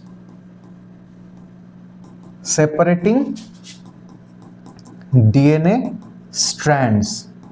तो डीएनए डबल स्ट्रैंडेड होता है, तो डीएनए का 2 जो एंटी पैरेलल स्ट्रैंड है वो हाई टेम्परेचर में 90 डिग्री सेल्सियस टेम्परेचर में एक दूसरे से सेपरेट हो जाता है। बेसिकली ये हाई टेम्परेचर डीएनए स्ट्रैंड्स के बीच में जो हाइड्रोजन बॉन्ड है, बेस पेयरिंग जो बना है हाइड्रोजन बॉन्ड से, वो हाइड्रोजन बॉन्ड तोड़ देता है, तो 5' to 3' एंड 3' to 5' ये दोनों एंटी पैरेलल स्ट्रैंड एक दूसरे से सेपरेट हो चुका है, that is called denaturation. Next step is annealing. Annealing का मतलब क्या होता है, एनीलिंग का मतलब होता है जोड़ना, ठीक है, चिपकाना। तो बेसिकली क्या चिपकाते हैं, यहाँ पे लिखा हुआ है ओलिगोन्यूक्लियोटाइड डीएनए प्राइमर। ठीक है, तो up to 10 nucleotide long DNA segment को बोला जाता है डीएनए प्राइमर। ठीक है, तो ये एक डीएनए प्राइमर है ओलिगोन्यूक्लियोटाइड प्राइमर, ये एक ओलिगोन्यूक्लियोटाइड दूसरा डीएनए प्राइमर है। तो ये डीएनए प्राइमर को कहां पे चिपकाया जाएगा, कहां पे एनिल करवाया जाएगा, towards the 3' and, towards the 3' and. ठीक है, आप कैसे ये एनिल करवाओगे, उसके लिए लो टेम्परेचर यूज करना पड़ेगा कंपैरेटिवली, उसके लिए टेम्परेचर यूज करेंगे 55 डिग्री सेल्सियस, और ये टेम्परेचर में क्या होगा, ओलिगोन्यूक्लियोटाइड डीएनए प्राइमर्स 3' एंड में कंप्लीमेंट्री होता है बेसिकली, तो 3' एंड में ये चिपक जाएगा। ठीक है, ये प्राइमर का क्यों जरूरत है, हम लोग जानते हैं कि डीएनए रेप्लिकेशन के लिए सेल के अंदर आरएनए प्राइमर चाहिए होता है, ठीक है, जिसको फॉलो करके बेसिकली डीएनए पॉलीमरेज इलोंगेशन कराएगा, यानी कि न्यू डीएनए चेन बनाएगा। यहाँ पे हम लोग डीएनए प्राइमर एनिल करवा रहे हैं। तो ये डीएनए प्राइमर को फॉलो करके जो थर्मोस्टेबल डीएनए पॉलीमरेज है वो अपना काम करना स्टार्ट करेगा। The third phase is elongation या extension. For that we have used this Taq polymerase enzyme. और डीएनए बनाने के लिए बिल्डिंग यूनिट चाहिए। डीएनए का जो मोनोमर वो क्या होता है, deoxyribo nucleotide triphosphate, dNTPs, right. तो डीएनटीपीज क्या क्या चाहिए होगा, dATP, dTTP, dGTP, right. Deoxy adenosine triphosphate, deoxy thymidine triphosphate, deoxy guanosine triphosphate, adenosine triphosphate, deoxy adenosine, deoxy thymidine, deoxy guanosine. तो ये है dNTPs, these are building blocks. यानी कि जब टैक पॉलीमरेज डीएनए बनाएगा तो एक एक करके ये डीएनटीपीज को रिक्रूट करेगा और डीएनए चेन में इलोंगेशन करवा देगा, ठीक है। तो अल्टीमेटली अब डीएनए चेन बन गया। ये 5' to 3', यहाँ पे भी 5' to 3', यहाँ पे 5' 3', यहाँ पे भी 5' 3'। तो आफ्टर 1 साइकिल स्टार्ट किए थे 1 कॉपी ऑफ डीएनए से, अब बन गया कितना, 2 कॉपी ऑफ डीएनए, ठीक है। अच्छा, तो यही फॉर्मूला अगर फॉलो करो, स्टार्ट किए थे कितना, N0 कितना है, N0 है 1। अच्छा, साइकिल कितना है 1, तो 2 to the power 1। तो कॉपी कितना बनेगा, टोटल 2 कॉपीज ऑफ डीएनए बनेगा, ठीक है। तो इस तरह से पीसीआर परफॉर्म किया जाता है डीएनए को एम्प्लीफाई करने के लिए। अब जितना साइकिल रन करते जाओगे, जियोमेट्रिकल प्रोग्रेस के हिसाब से डीएनए का नंबर भी इंक्रीज होता जाएगा। अच्छा, अब पीसीआर कंप्लीट हो गया, डीएनए को एम्प्लीफाई कर लिए हो। अब टाइम है कि ये जो डीएनए है, रिकॉम्बिनेंट डीएनए है, it's time to insert into the host cell. अच्छा, होस्ट सेल के अंदर जो रिकॉम्बिनेंट डीएनए इंसर्ट किया जाता है, that is called transformation of host. Host को ट्रांसफॉर्म करना होता है डीएनए इंसर्ट करवा के, ठीक है। So what is transformation of host, insertion of desirable gene into the host. वो जो रिकॉम्बिनेंट डीएनए था जिसके अंदर डिजायरेबल जीन था, जो रिकॉम्बिनेंट डीएनए हम लोग बनाए थे जिसके अंदर डिजायरेबल जीन था या जीन ऑफ इंटरेस्ट था, ये होस्ट के अंदर इंसर्ट करवाना है, राइट। अच्छा, तो ये प्रोसेस के बारे में डिटेल में जानते हैं। उसके लिए हमको कुछ टेक्निक फॉलो करना पड़ेगा। Either those techniques of transformation are vector mediated, vector का हेल्प लेके जीन ऑफ इंटरेस्ट को होस्ट के अंदर इंसर्ट करवाया जाता है। वेक्टर मतलब जीन टैक्सी, जो जीन को होस्ट के अंदर इंट्रोड्यूस करवा देते हैं, या तो बिना वेक्टर यूज के भी हम लोग ये प्रोसेस को कंप्लीट कर सकते हैं, ठीक है। अच्छा, अब वेक्टर कुछ different types of vectors use किया जा सकता है। We will follow only the examples given in our NCERT, okay. तो if you want to transform a bacteria, अगर बैक्टीरिया को ट्रांसफॉर्म करना चाहते हो, then you have to use plasmid vector और bacteriophage vector, right. Plasmid, these are extra chromosomal double stranded DNA molecules। Bacteriophage को disarm करके ये बैक्टीरिया को इन्फेक्ट करवाना पड़ेगा और बैक्टीरिया के अंदर ही जीन ऑफ इंटरेस्ट इंजेक्ट कर देते हैं। अच्छा, you can use agrobacterium tumefaciens if you want to transform plant cell, right? If you want to transform animal cell, you can use retrovirus या disarmed retrovirus। देखो, agrobacterium basically ये plant के लिए एक पैथोजेन है, बैक्टीरियोफेज ये bacteria के लिए एक पैथोजेन है, retrovirus these are RNA viruses, these are pathogen for animal cells. तो इन लोगों को क्या किया जाता है, डिसआर्म किया जाता है, यानी कि इन लोगों का पैथोजेनिसिटी, जिसको विरुलेंसी भी बोला जाता है, पैथोजेनिसिटी को खत्म कर दिया जाता है। अब ये हम लैब में उसको जो बताएंगे वो हमारे लिए वही काम करेगा, ठीक है। अच्छा, तो ये तो वेक्टर मेडिएटेड ट्रांसफॉर्मेशन हो गया। अब वेक्टर नॉन मेडिएटेड ट्रांसफॉर्मेशन कैसे करोगे, जहां पे वेक्टर यूज नहीं करना है। तो वेक्टर नॉन मेडिएटेड ट्रांसफॉर्मेशन वहां पे काम आएगा जहां पे वेक्टर मेडिएटेड ट्रांसफॉर्मेशन सही से काम नहीं कर रहा है। जैसे कि फॉर एग्जांपल एग्रोबैक्टीरियम ट्यूमेफिशियंस से हम लोग सिर्फ डाइकॉट प्लांट को ही ट्रांसफॉर्म कर सकते हैं। मोनोकॉट प्लांट के लिए एग्रोबैक्टीरियम का मैक्सिमम जो स्पीसीज है वो काम नहीं करता है, तो वहां पे हम लोग को वेक्टर यूज नहीं कर सकते, तो हम लोग को यूज करना पड़ेगा वेक्टर नॉन मेडिएटेड मेथड्स। तो वहां पे क्या किया जाता है, बेसिकली जो कैटायंस है जैसे कि कैल्शियम आयंस, ठीक है, कैटायन जैसे कि कोल्ड CaCl2 जिसके अंदर कैल्शियम आयंस रहेगा, और हीट शॉक टेक्निक यूज करके एक सेल को मजबूर किया जाता है कि वो जिन को, या बाहर से जो जिन उसके अंदर हम इंसर्ट करना चाहते हैं वो जिन को अंदर जाने का परमिशन दे दे, ठीक है। अच्छा, तो ये कैटायन का काम क्या होता है, कैल्शियम आयन का, ये परमेबिलिटी को इंक्रीज कर देते हैं सेल का, ठीक है। और हीट शॉक में क्या किया जाता है, सेल को आइस में रखा जाता है 0 डिग्री सेल्सियस टेम्परेचर में, फिर आफ्टर फ्यू सेकेंड उसको 42 डिग्री सेल्सियस टेम्परेचर वाला पानी में रखा जाता है। तो एक बार ठंडा पानी, एक बार गर्म पानी, एक बार आइस, एक बार गर्मी, ठंडी गर्मी, ठंडी गर्मी, उसके वजह से उसका जो सेल वॉल है वो कमजोर पड़ जाता है, और कैल्शियम आयन ऑलरेडी उसको परमेबिलिटी को बढ़ा के रखा है, तो अब डीएनए इजीली सेल के अंदर चला जाता है, ठीक है। So that is called vector non mediated transformation. अच्छा, तो ये जो प्रोसेस है कैल्शियम आयन यूज करना, हीट शॉक टेक्निक, इसका एक ऑल्टरनेटिव टर्मिनोलॉजी भी यूज कर सकते हैं इसके लिए, making the bacterial cell competent, यानी कि जो बैक्टीरियल सेल डीएनए को नॉर्मली लेना नहीं चाह रहा है, क्योंकि डीएनए भी नेगेटिवली चार्ज है और सेल का जो एनवेलप है वो भी नेगेटिवली चार्ज है, तो अब उसको राजी करवाना बाई यूजिंग केमिकल और by using some physical method, ठीक है, उसको राजी कराना होता है। That is called making the bacterial cell competent, कि वो इजीली डीएनए को अपने अंदर मतलब इंटेक कर पाए। So that is whole and sole process of transformation, ठीक है। अच्छा, या तो दूसरा टेक्निक यूज कर सकते हैं, जैसे कि अगर प्लांट सेल को ट्रांसफॉर्म करना होगा, ठीक है, तो वी कैन यूज बायोलिस्टिक्स और जिन गन।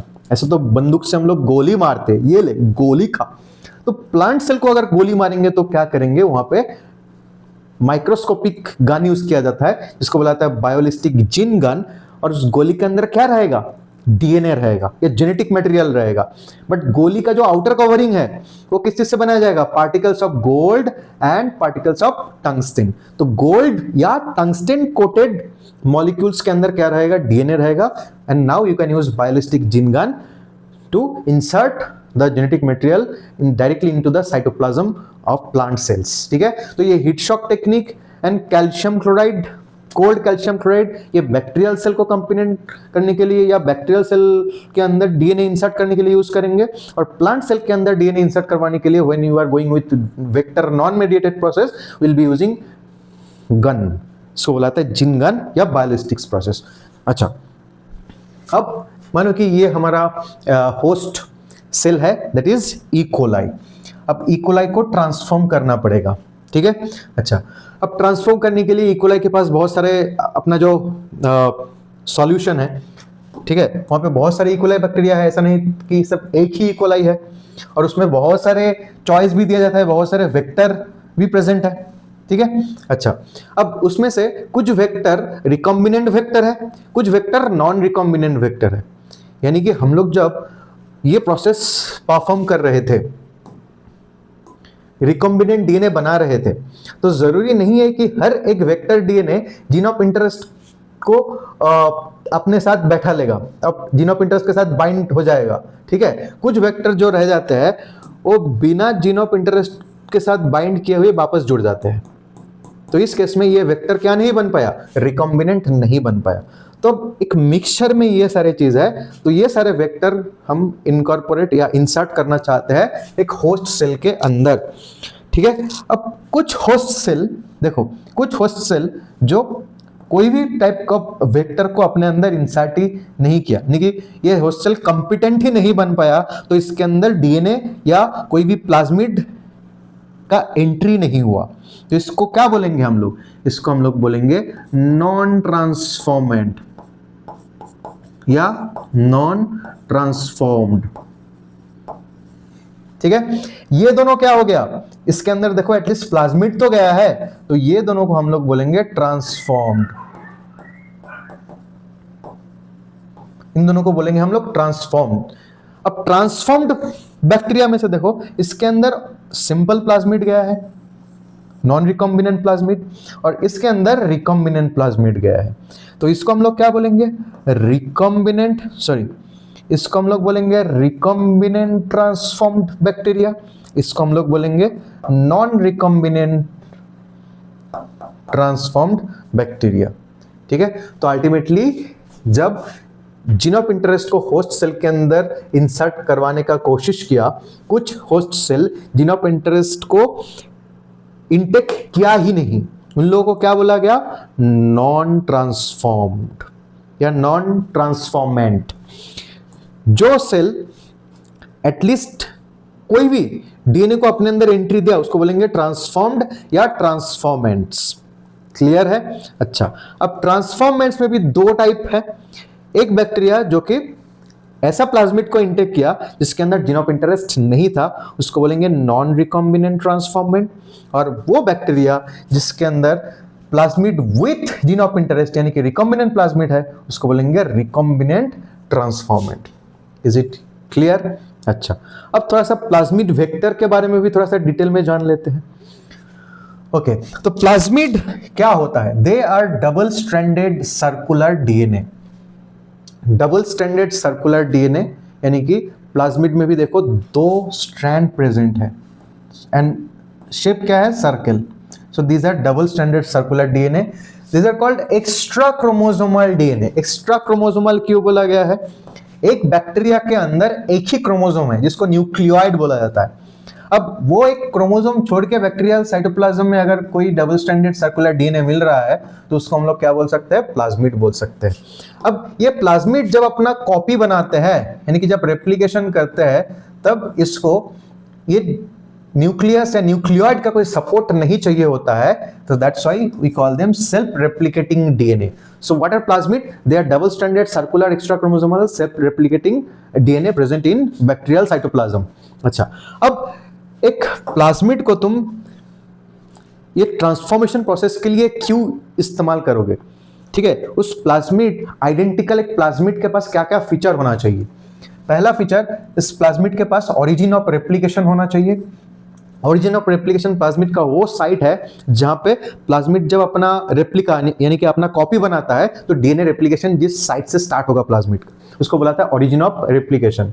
ठीक है, तो this is responsible for initiate DNA replication for plasmid और it can regulate the copy number of plasmid. Plasmid दो टाइप का होता है, high copy number plasmid, low copy number plasmid. कुछ कॉपी प्लाज्मिड जो है अपना मैक्सिमम कॉपी 50-100 कॉपीज बना सकते हैं।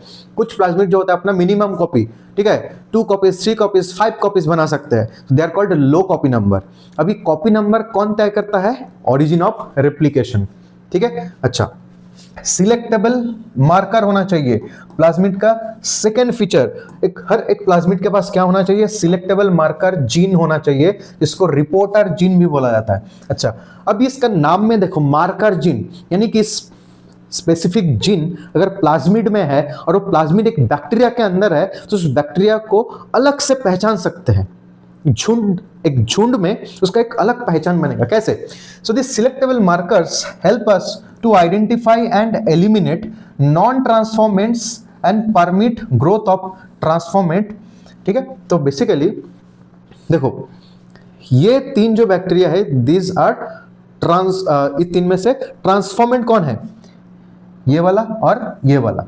इसको नाम दे देते हैं ए, B and C.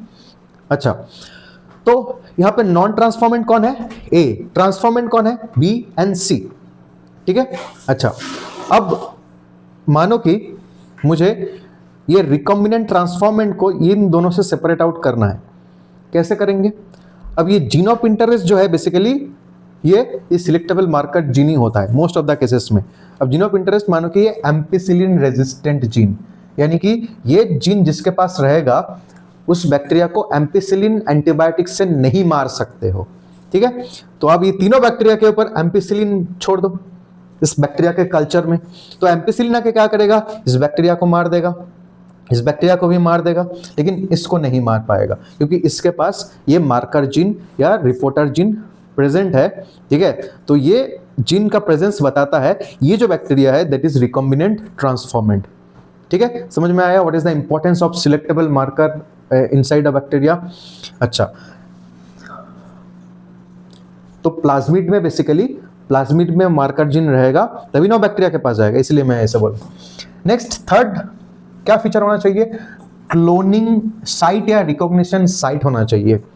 So basically they are what, they are restriction sites for restriction endonuclease enzyme, यानी कि एक प्लाज्मिड या वेक्टर के अंदर एक मार्कर जीन या जीन ऑफ इंटरेस्ट को इंसर्ट करने के लिए हमको क्या चाहिए, साइट चाहिए जहां पे उसको रेस्ट्रिक्शन एंडोन्यूक्लियस से कट के जीन ऑफ इंटरेस्ट को वहां पे बैठा है। तो वो जो साइट है उसको हम लोग बोलते हैं क्लोनिंग साइट या रिकॉग्निशन साइट। बेसिकली अगर ये वाला पोर्शन देखेंगे तो जैसे कि ये जीन ऑफ इंटरेस्ट को कट किए थे, तो जीन ऑफ इंटरेस्ट को कहाँ पे डालना था, ये प्लाज्मिड का ये वाला पोर्शन में डालना था। तो ये वाला पोर्शन को कट करने के लिए हमको क्या चाहिए, यहाँ पे एक स्पेशल सीक्वेंस प्रेजेंट होना जरूरी है जिसको हमारा रेस्ट्रिक्शन एंडोन्यूक्लियस एंजाइम कट कर सकेगा और आइडेंटिफाई कर सकेगा। ठीक है, तभी ना इस डीएनए को कट किए थे और फिर इस जगह में जीन ऑफ इंटरेस्ट को ऐड करवा दिए थे। ये क्यों पॉसिबल है, बिकॉज ये जो प्लाज्मिड था इसके पास ये क्लोनिंग साइट प्रेजेंट था। तो ये जो सिलेक्टेबल मार्कर होता है हम लोग जानते हैं कि ये जो सिलेक्टेबल मार्कर है they are antibiotic, most of the cases they are antibiotic resistant gene, जैसे कि एम्पर, टेटर या CHLR, जैसे कि वो एम्पिसिलिन के अगेंस्ट में रेजिस्टेंट, टेटर टेट्रासाइक्लिन जो एंटीबायोटिक है उसके अगेंस्ट में रेजिस्टेंट, CHLR मतलब ये क्लोरामफेनिकल जो एंटीबायोटिक है उसके अगेंस्ट में रेजिस्टेंट, कानामाइसिन के अगेंस्ट में रेजिस्टेंट जीन हो सकता है। तो इसके बारे में थोड़ा सा डिटेल में हम लोग जानते हैं। ठीक है, अच्छा, तो डिटेल में कैसे जानेंगे, उसको बोला था इंसर्शनल इनएक्टिवेशन। तो अपन inserting the gene of interest in a cloning site within the antibiotic resistant gene or marker gene, the resistance against the particular antibiotic is gone। ठीक है, मान लो कि ये एक मार्कर है, सॉरी ये एक प्लाज्मिड है। ठीक है, अब इस प्लाज्मिड का एक स्पेशल जोन है, दिस ये है एक मार्कर जीन। ठीक है, एक मार्कर जीन है, यानी कि यहां पे एक एंटीबायोटिक रेजिस्टेंट जीन प्रेजेंट है। सपोज कि ये जो antibiotic resistant gene this is for ampicillin resistant, ampR gene present है। अब ये जो जोन है, मानो कि यहां पे एक रेस्ट्रिक्शन साइट भी प्रेजेंट है। सपोज फॉर सम एग्जांपल यहां पे एक रेस्ट्रिक्शन साइट प्रेजेंट है जिसका नाम है PVU1, मतलब PVU1 जो रेस्ट्रिक्शन एंडोन्यूक्लियस एंजाइम है वो यहां पे कट कर सकता है। ठीक है, अच्छा, अब ये PVU1 इस रेस्ट्रिक्शन साइट में कट कर दिया और फिर हम लोगों को जो रिकॉम्बिनेंट प्लाज्मिड, सेम प्लाज्मिड जब रिकॉम्बिनेंट हो जाएगा तो रिकॉम्बिनेंट प्लाज्मिड मिला, ये रिकॉम्बिनेंट प्लाज्मिड यहां पे जीन ऑफ इंटरेस्ट आ गया है, this is our gene of interest. तो ये जीन ऑफ इंटरेस्ट कौन सा जीन के अंदर आया, मार्कर जीन के अंदर आया। मार्कर जीन पहले कौन सा था, एम्पिसिलिन रेजिस्टेंट जीन था, लेकिन एम्पिसिलिन रेजिस्टेंट जीन के अंदर ये जीन ऑफ इंटरेस्ट आने के कारण ये जो ओरिजिनल सीक्वेंस था एम्पिसिलिन रेजिस्टेंस के लिए वो तो स्प्लिट हो गया, वो तो सेपरेट हो गया।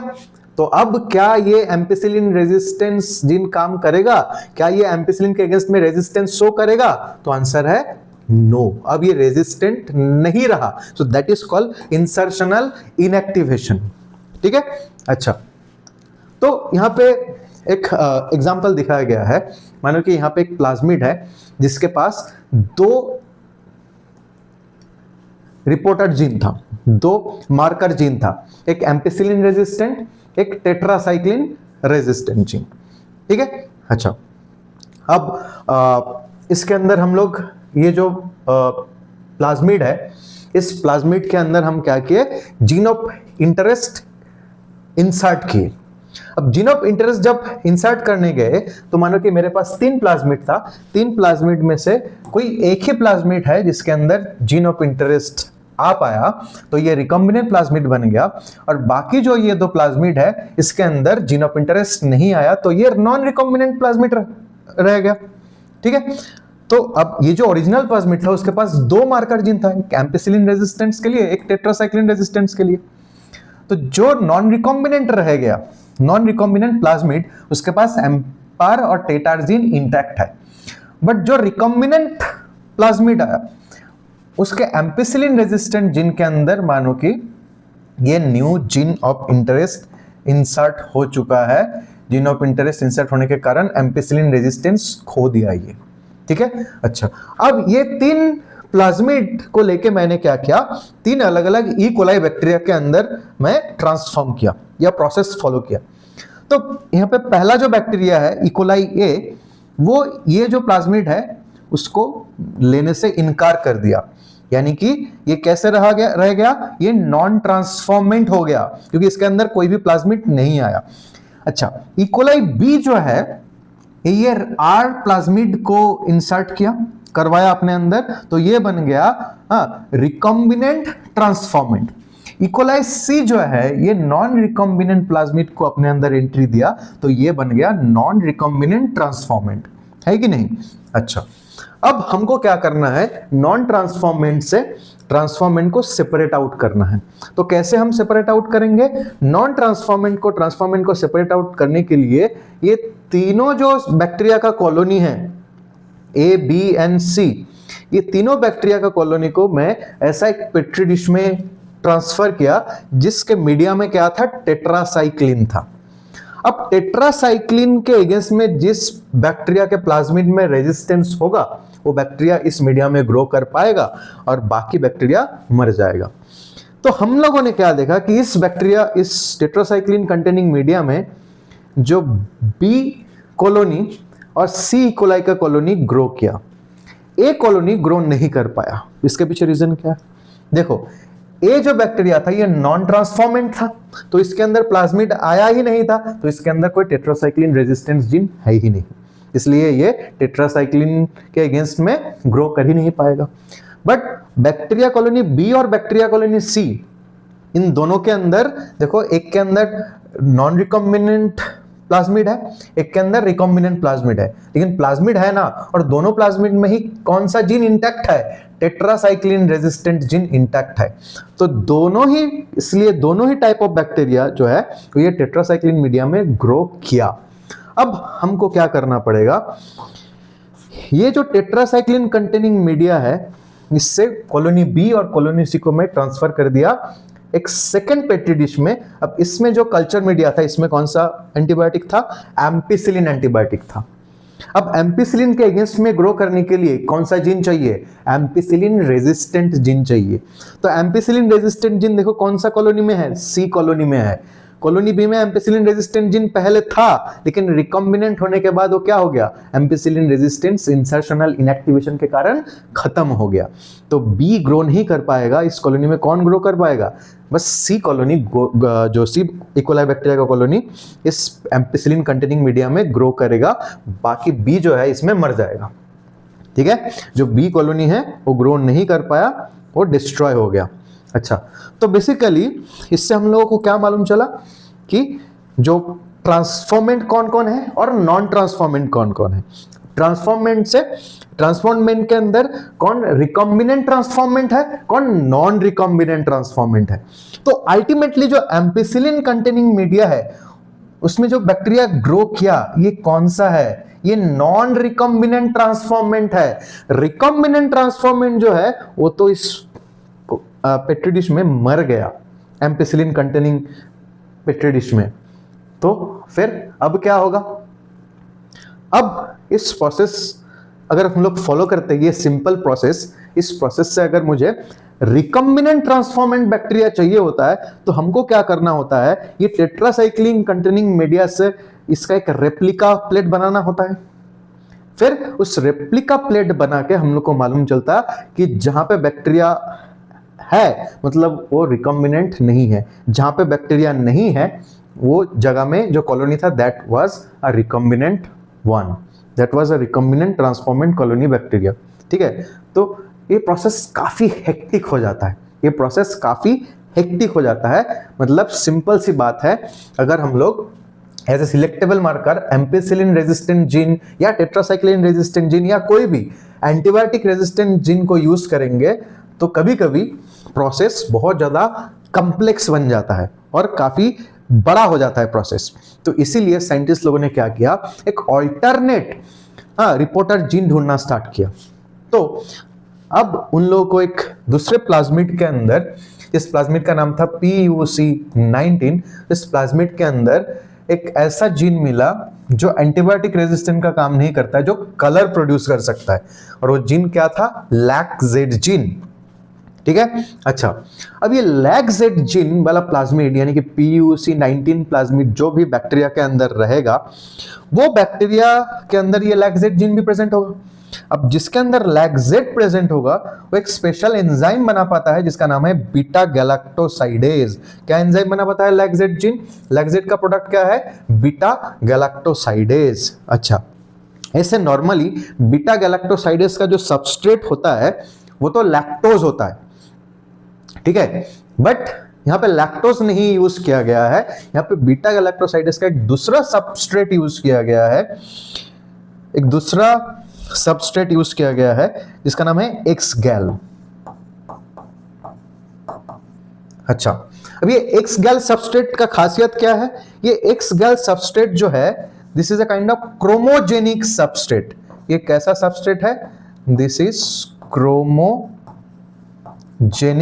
सबस्ट्रेट है, यानी कि ये जब बीटा गैलेक्टोसाइडेज एंजाइम के साथ ये बाइंड करेगा, ये कलर प्रोड्यूस करेगा, तो इससे जो कॉलोनी बनेगा, ठीक है, ये पर्टिकुलर इकोलाई बैक्टीरिया का वो ब्लू कलर का कॉलोनी प्रोड्यूस करेगा।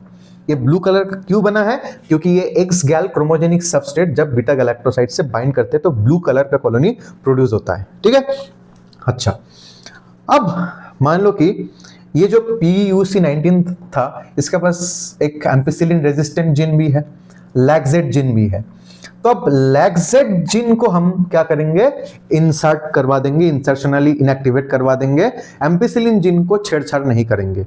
ठीक है, तो ये लैक-जेड जीन के अंदर भी साइट रहता है, रेस्ट्रिक्शन एंजाइम का क्लोनिंग साइट होता है। तो अब ये लैक-जेड जीन के अंदर जो रेस्ट्रिक्शन एंजाइम का क्लोनिंग साइट था, उसमें हम जीन ऑफ इंटरेस्ट इनकॉर्पोरेट करवा देंगे।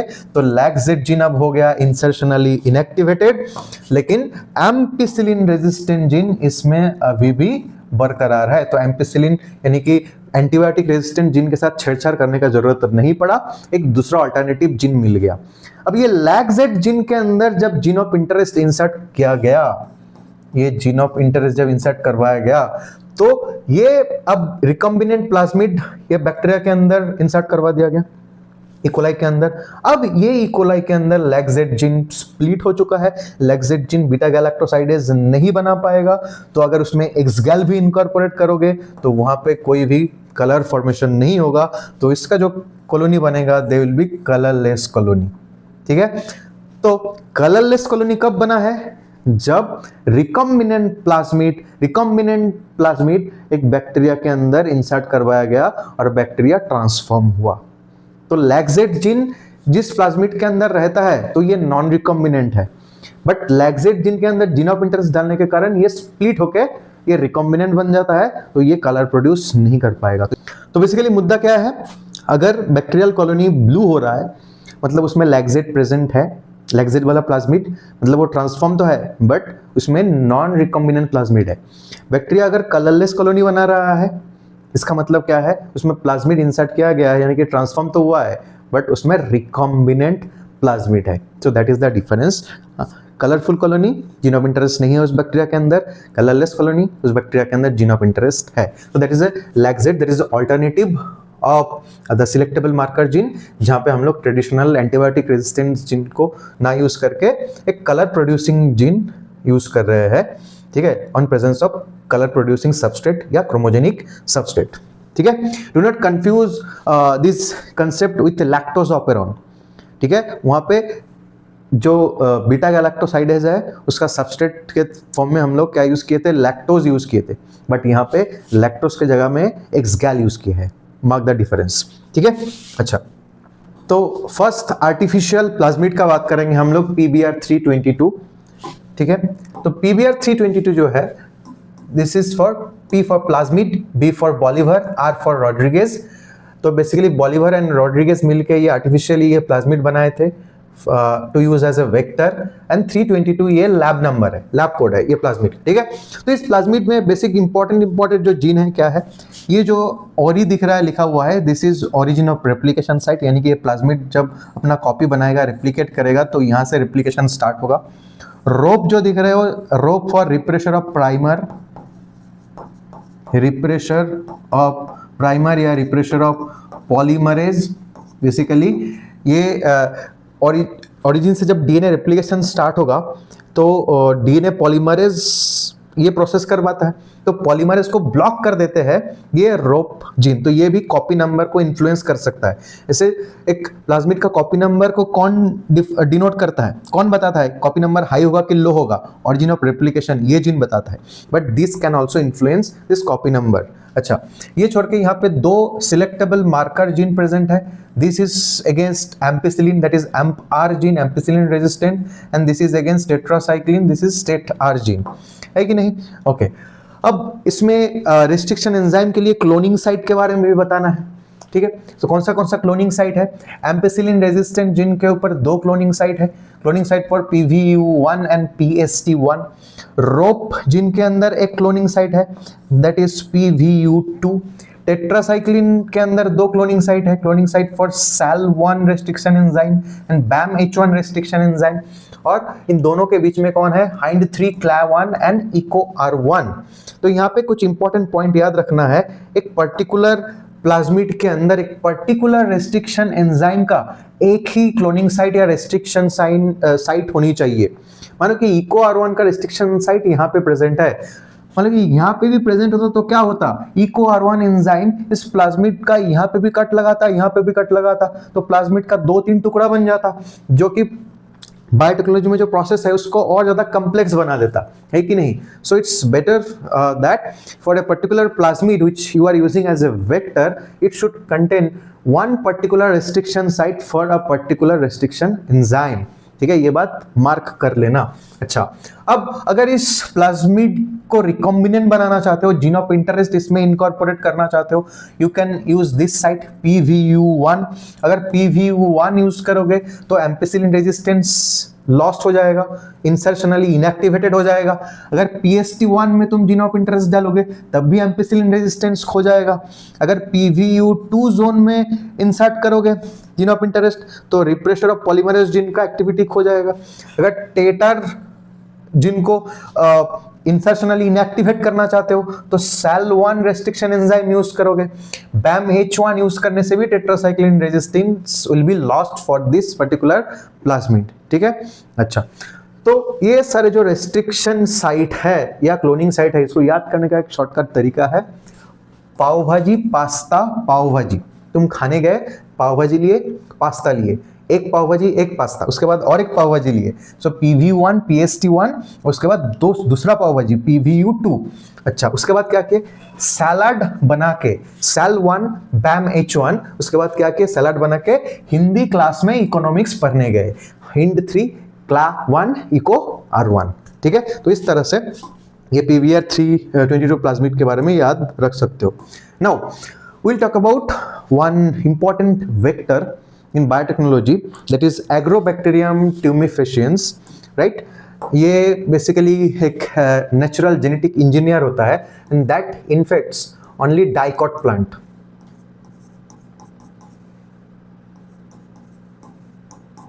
यानी कि ब्रॉड लीफ्ड जो प्लांट होता है उसको ये अटैक करता है, कौन, Agrobacterium tumefaciens, nature's own genetic engineer भी बोला जाता है। तो बेसिकली ये करते क्या है, this particular bacteria is responsible for crown gall disease. तो क्राउन गॉल डिजीज बेसिकली क्या है, क्राउन गॉल बेसिकली प्लांट में ट्यूमर है, ठीक है, या तो ऐसे भी कह सकते हो this particular bacteria is responsible for cancer in plant tissue. तो कैसे ट्यूमर फॉर्म करता है? ये जो बैक्टीरिया है ये मान लो कि अपना एग्रोबैक्टीरियम ट्यूमिफिशंस है। तो इस बैक्टीरिया के अंदर स्पेशल प्लाज्मिड होता है जिसको बुलाता है टीआई प्लाज्मिड। टीआई बोले तो ट्यूमर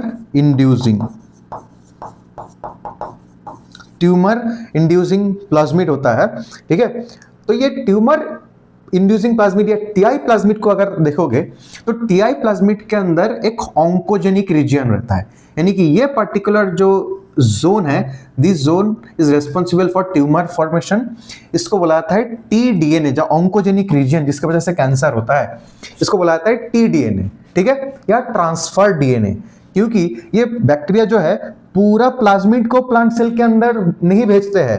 ये जो टीआई प्लाज्मिड के अंदर जो टीडीएनए जोन है, बस ये बैक्टीरिया वही उतना सा ही डीएनए को एक प्लांट सेल के अंदर भेजते हैं। That's why T DNA is called as transfer DNA. Mark my word, ठीक है। अच्छा, ये याद रखना बहुत जरूरी है। तो ये एग्रोबैक्टीरियम क्या पूरा टीआई प्लाज्मिड को प्लांट सेल के अंदर इंसर्ट करवा देते हैं लाइक प्लाज्मिड्स इन बैक्टीरिया? नहीं, यहाँ पे ये जो बैक्टीरिया है ये अपना प्लाज्मिड का एक पार्ट, एक पर्टिकुलर फ्रैगमेंट, जिसको क्या बोल रहे हैं टीडीएनए, उसको ही प्लांट सेल के अंदर भेजते हैं, इंसर्ट करते हैं, ठीक है। इसलिए इसको टीडीएनए को क्या बोला गया है? Transfer DNA. याद रखना पड़ेगा, राइट। अच्छा, अब ये ट्रांसफर डीएनए में कौन सा पार्ट होता है? अब ये ट्रांसफर डीएनए जो होता है इसमें दो बॉर्डर सीक्वेंस होता है, ये राइट बॉर्डर, ये लेफ्ट बॉर्डर। अच्छा, अभी बॉर्डर सीक्वेंस के बीच में तीन इंपॉर्टेंट जीन होता है।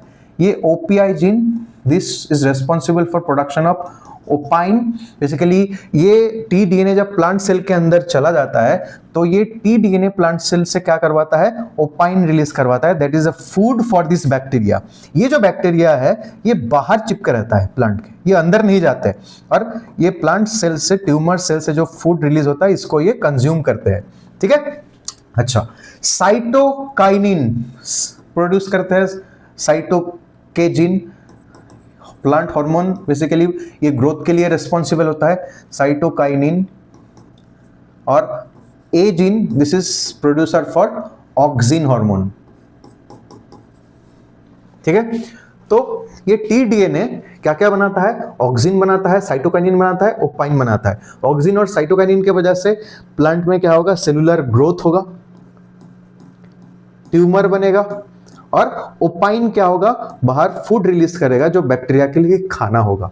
यही है बैक्टीरिया का स्ट्रेटेजी, यही है टी प्लाज्मिड का importance in causing crown gall और ट्यूमर।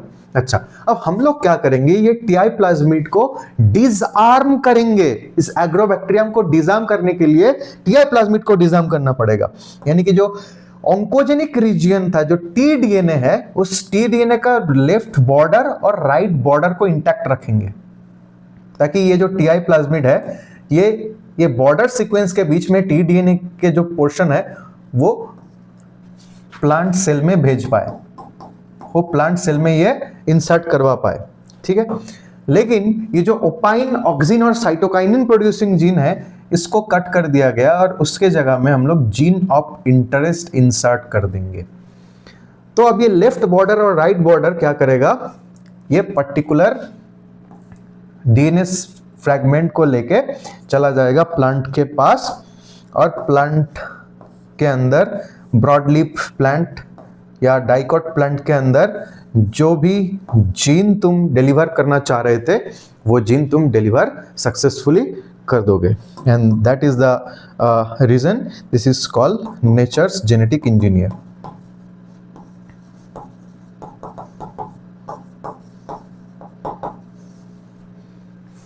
ठीक है, तो ये हो गया अबाउट एग्रोबैक्टीरियम ट्यूमिफिशियंस।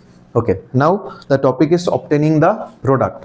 अब ये जो जेनेटिकली मॉडिफाइड सेल, चाहे बैक्टीरियल सेल चाहे प्लांट सेल, उसको लैब में अगर हम लोग कल्चर करेंगे तो उस प्रोसेस को यही बोला गया है ऑब्टेनिंग द प्रोडक्ट, यानी कि we are doing tissue culture inside the lab, we are doing tissue culture in our lab to obtain the recombinant proteins और एंजाइम।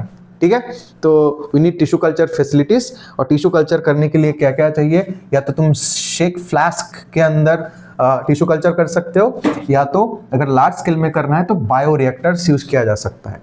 अब देखो, ये जो कल्चर टेक्निक, ये 3 टाइप का कल्चर टेक्निक होता है। First one is batch culture, second one is fed batch culture, and third one is continuous culture. Generally जो शेक फ्लास्क वगैरह होता है उसमें बैच कल्चर होता है, यानी कि फ्लास्क के अंदर पूरा कल्चर मीडियम भर दो, जिसके अंदर ये कल्चर होता रहेगा, जिसके अंदर सेल जो है अपना जो जेनेटिकली मॉडिफाइड सेल है वो ग्रो करते रहेगा। ठीक है, अच्छा, अब क्योंकि यहाँ पे रिसोर्स लिमिटेड है, ऑलरेडी ये जो कंटेनर है ये कल्चर मीडिया से फुल है, तो रिसोर्स लिमिटेड होने के कारण आफ्टर ए सर्टेन एक्सटेंड ये सेलुलर ग्रोथ देखने को मिलेगा। ठीक है, उसके बाद ये धीरे धीरे धीरे धीरे ये सेल अपने उसी कंटेनर के अंदर मरना, डेथ होना स्टार्ट कर देगा। तो ये ग्राफ पहले ऊपर जाएगा, फिर धीरे धीरे धीरे धीरे ग्राफ नीचे आते रहेगा। ठीक है, डेथ फेज में आ जाएगा, क्योंकि उसमें रिसोर्स अभी खत्म हो चुका है, सेल का पॉपुलेशन बढ़ चुका है, अब और रहने का जगह नहीं है, उसमें एक्सक्रीटरी प्रोडक्ट डिपॉजिट हो रहा है, तो सारा सेल धीरे धीरे धीरे धीरे मरना स्टार्ट करता है। ठीक है, और कल्चर इस समय स्टॉप करना होता है। So that is disadvantage of batch culture. फिर से हमको मतलब new batch of culture medium इसमें फिल करना पड़ेगा, न्यू इनाकुलम यानी कि न्यू सेल उसमें डालना पड़ेगा, फिर न्यू कल्चर फ्रेशली स्टार्ट करना होता है। ठीक है, बट फेड बैच कल्चर में क्या है, फेड बैच कल्चर में कंटेनर को कंप्लीटली फुल नहीं करेंगे, उसमें आधा कल्चर मीडियम डाले हैं और उसमें इनोकुलम यानी कि इनिशियल सेल इसमें छोड़ दिए हैं। अब जैसे जैसे समय बीतता जाएगा मैं क्या करूंगा, अब कल्चर मीडियम का जो अमाउंट है वो बढ़ाते रहूंगा, यहाँ से पोर करते रहूंगा कल्चर मीडियम। तो कल्चर मीडियम भी बढ़ रहा है, उसके साथ साथ सेलुलर नंबर भी, सेल का नंबर भी इंक्रीज हो रहा है, सेल का पॉपुलेशन भी इसमें इंक्रीज हो रहा है। ठीक है, अच्छा, फिर और थोड़ा सा सेल बढ़ गया, थोड़ा ज़्यादा पॉपुलेट हो गया, तो हम क्या किए, और थोड़ा सा कल्चर मीडियम ऐड कर दिए। तो इस तरह से फेड बैच कल्चर में क्या होगा, कल्चर मीडिया समय के साथ साथ फीडिंग करवाया जा रहा है, तो आफ्टर ए सर्टेन टाइम हमको क्या देखने को मिलेगा, सेल ग्रोथ हुआ, और जब मैक्सिमम ग्रोथ अचीव हो गया, ये सेल जो है ये एक स्टेशनरी फेज में चला जाएगा in case of fed batch culture. ठीक है, यहाँ पे डेथ फेज आने में टाइम लगता है, क्योंकि समय के साथ साथ कल्चर मीडिया या रिसोर्स हम इंक्लूड करते जा रहे हैं, इसलिए शुरू में रैपिड ग्रोथ होगा, उसके बाद जैसे जैसे जैसे जैसे ये टोटल वॉल्यूम फिल हो गया है, ये ग्रोथ भी स्टॉप हो जाएगा। But will go with continuous culture, जो कि generally most of the bio reactor में किया जाता है। तो कंटिन्यूअस कल्चर में बेसिकली क्या होता है, एक इनलेट होता है, एक आउटलेट होता है। ठीक है, ये बायो रिएक्टर या कंटेनर को कल्चर मीडियम से फुल कर देंगे, उसमें इनोकुलम यानी कि इनिशियल सेल्स ऐड कर दिया जाएगा, उसके बाद ये सेल ग्रो हो रहा है। ठीक है, जो सेल ग्रो हुआ तो यहाँ से आउटलेट से बाहर निकाल लिए, फिर न्यू फ्रेश कल्चर मीडिया यहाँ से ऐड किया जा रहा है। तो there is continuous flow of culture media in this container. तो उसमें क्या होगा, कभी भी एक्सक्रीटरी प्रोडक्ट या वेस्ट मटेरियल जमा नहीं होगा, या पॉपुलेशन, सेल का जो पॉपुलेशन है वो कभी भी स्टेशनरी फेज में नहीं आएगा, क्योंकि सेल का ग्रोथ हो रहा है, मैं यहाँ से एक्स्ट्रा सेल जो है यहाँ से निकाल ले रहा हूँ, फिर न्यू सेल बन रहा है, फिर न्यू एक्स्ट्रा सेल यहाँ से मैं रिलीज करवा दे रहा हूँ। So that is why there is a continuous supply, so this culture, this system is moving. तो इसलिए हम लोग को क्या देखने को मिलेगा, यहाँ पे जो सेलुलर नंबर समय के साथ साथ ये ग्रो होते हुए दिखाई देगा, यानी कि कंटिन्यूअस कल्चर में जो है, हाँ, जो ग्राफ जो है वो लॉग फेज में ही हमेशा रहेगा। ठीक है, क्योंकि यहाँ पे स्टेशनरी फेज नहीं आ रहा है, क्योंकि ओवर पॉपुलेशन भी नहीं हो रहा है, और कंटिन्यूअसली मैं फ्रेश कल्चर ऐड करते जा रहा हूँ, जो वेस्ट प्रोडक्ट यहाँ पे जमा हो रहा है उसको मैं बाहर फेंक रहा हूँ। ओके, अब बायोरिएक्टर्स के बारे में बात करेंगे जिसके अंदर ये कल्चर किया जाता है। तो bioreactors mainly two types of bioreactors will be discussing. First, simple stirred tank and sparged stirred tank. तो स्टेरिंग का मतलब क्या होता है कि कोई भी लिक्विड मीडियम को घुमाया जा रहा है for better supply of oxygen and nutrients, for better distribution of oxygen and nutrients. इसको हमेशा मूव करवाना पड़ेगा, ठीक है। तो that's why this is called stirred tank. तो सिंपल स्टिरेट टैंक में कोई एयर सप्लाई या ऑक्सीजन सप्लाई के लिए एक्स्ट्रा कोई इनलेट यहाँ पे नहीं है। तो यहाँ पे जो सिंपल स्टिरेट टैंक बायोरिएक्टर जो होता है उसमें क्या है, उसमें एक शाफ्ट प्रेजेंट रहता है और इस शाफ्ट को घुमाने के लिए शाफ्ट के साथ क्या रहता है, कुछ ब्लेड रहता है, फ्लैट बेडेड इम्पेलर, यानी कि पंखा जैसा कुछ ब्लेड्स होता है जो हमेशा ये लिक्विड मीडियम को घुमाते रहता है। अब घुमाने के लिए क्या चाहिए, मोटर चाहिए होता है, तो इसमें मोटर भी प्रेजेंट होगा। अच्छा, अब इस कंटेनर के अंदर जैसे जैसे सेल कल्चर हो रहा है फर्मेंटेशन देखने को मिलेगा। तो जैसे जैसे फर्मेंटेशन होगा ऊपर क्या हो जाएगा, फ्रॉथ या फोम फॉर्मेशन देखने को मिलेगा। तो ये फोम क्या करेगा, फोम जो ऑक्सीजन जो डिसॉल्व होने का जो चांस है उसको कम कर देते हैं, इसलिए फोम को हटा देना है। फॉर दैट ये सरफेस में फोम ब्रेकर भी रखा गया है, ये भी मेन जो शाफ्ट है उसके साथ फैन जैसा कुछ स्ट्रक्चर है, ठीक है। अच्छा, अब इसके अंदर जो लिक्विड जो मीडिया जिसके अंदर सेल कल्चर किया जा रहा है that is called culture broth, जिसमें कार्बन सोर्स होता है, एमाइनो एसिड्स होता है, विटामिन्स होता है। अच्छा, ये जो इनलेट दिख रहा है this is for acid base and pH control, यानी कि कल्चर के साथ साथ कभी कभी ये एसिडिक हो जाता है मीडियम, कभी कभी अल्कलाइन हो जाता है, तो उस अल्कलिनिटी या एसिडिटी को चेक करने के लिए, कंट्रोल करने के लिए यहाँ पे इनलेट दिया गया है। और ये प्रोसेस स्टार्ट करने से पहले ये पूरा जो चेम्बर है इसको स्टेरिलाइज यानी कि जर्म फ्री करना पड़ेगा ताकि इसमें कोई कंटामिनेशन ना रहे। ये जो इनलेट दिख रहा है this is the inlet for steam, तो this is steam for sterilization, pressure cooker जैसा हाई प्रेशर में यहाँ पे स्टीम स्प्रे किया जाएगा ताकि कल्चर स्टार्ट करने से पहले ये टोटल जो चेम्बर है इसको अच्छे तरह से स्टेरिलाइज किया जाए, यानी कि इसमें जार्म ना रहे, जाम रहेगा भी तो मर जाएगा, ठीक है। और फिर ये जो आउटलेट है this is for sterile air outlet, ठीक है।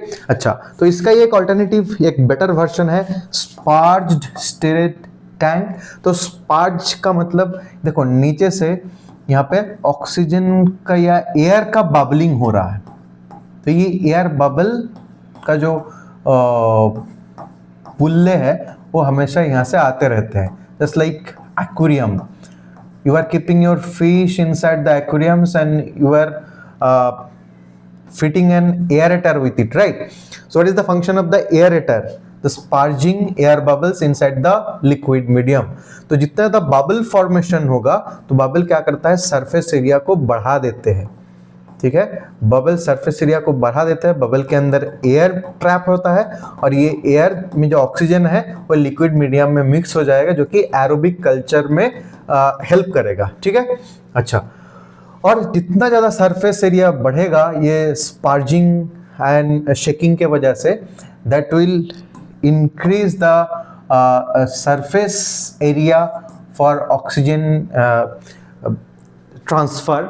जितना ज़्यादा सरफेस एरिया उतना ज़्यादा ऑक्सीजन इसमें डिजॉल्व हो पाएगा, ठीक है। देखो यहाँ पे ऑक्सीजन डिजॉल्व हो रहा है, that is called gas entrainment. तो इसके अंदर पहले एयर आएगा, फिर एयर में जो ऑक्सीजन है वो धीरे धीरे ये लिक्विड मीडियम में डिसॉल्व हो जाएगा। तो यहाँ पे भी एक मोटर लगा हुआ है, मोटर घूम रहा है, ये जो प्रोपेलर जैसा या जो शाफ्ट है इसको घुमा रहा है और इसे शाफ्ट का ब्लेड है, ये ब्लेड घूमते रहता है और ये जो लिक्विड मीडियम या कल्चर ब्रॉथ है इसको भी शेक करते रहता है ताकि कहीं पे वो जमा ना हो जाए, क्योंकि जहाँ पे कल्चर ब्रॉथ जमा हो जाएगा सेल वहाँ पे डिपॉजिट हो जाएगा और वहाँ पे हाइड्रोजन सल्फाइड जैसा गैस बनेगा और ये पूरा कल्चर को खराब कर देगा।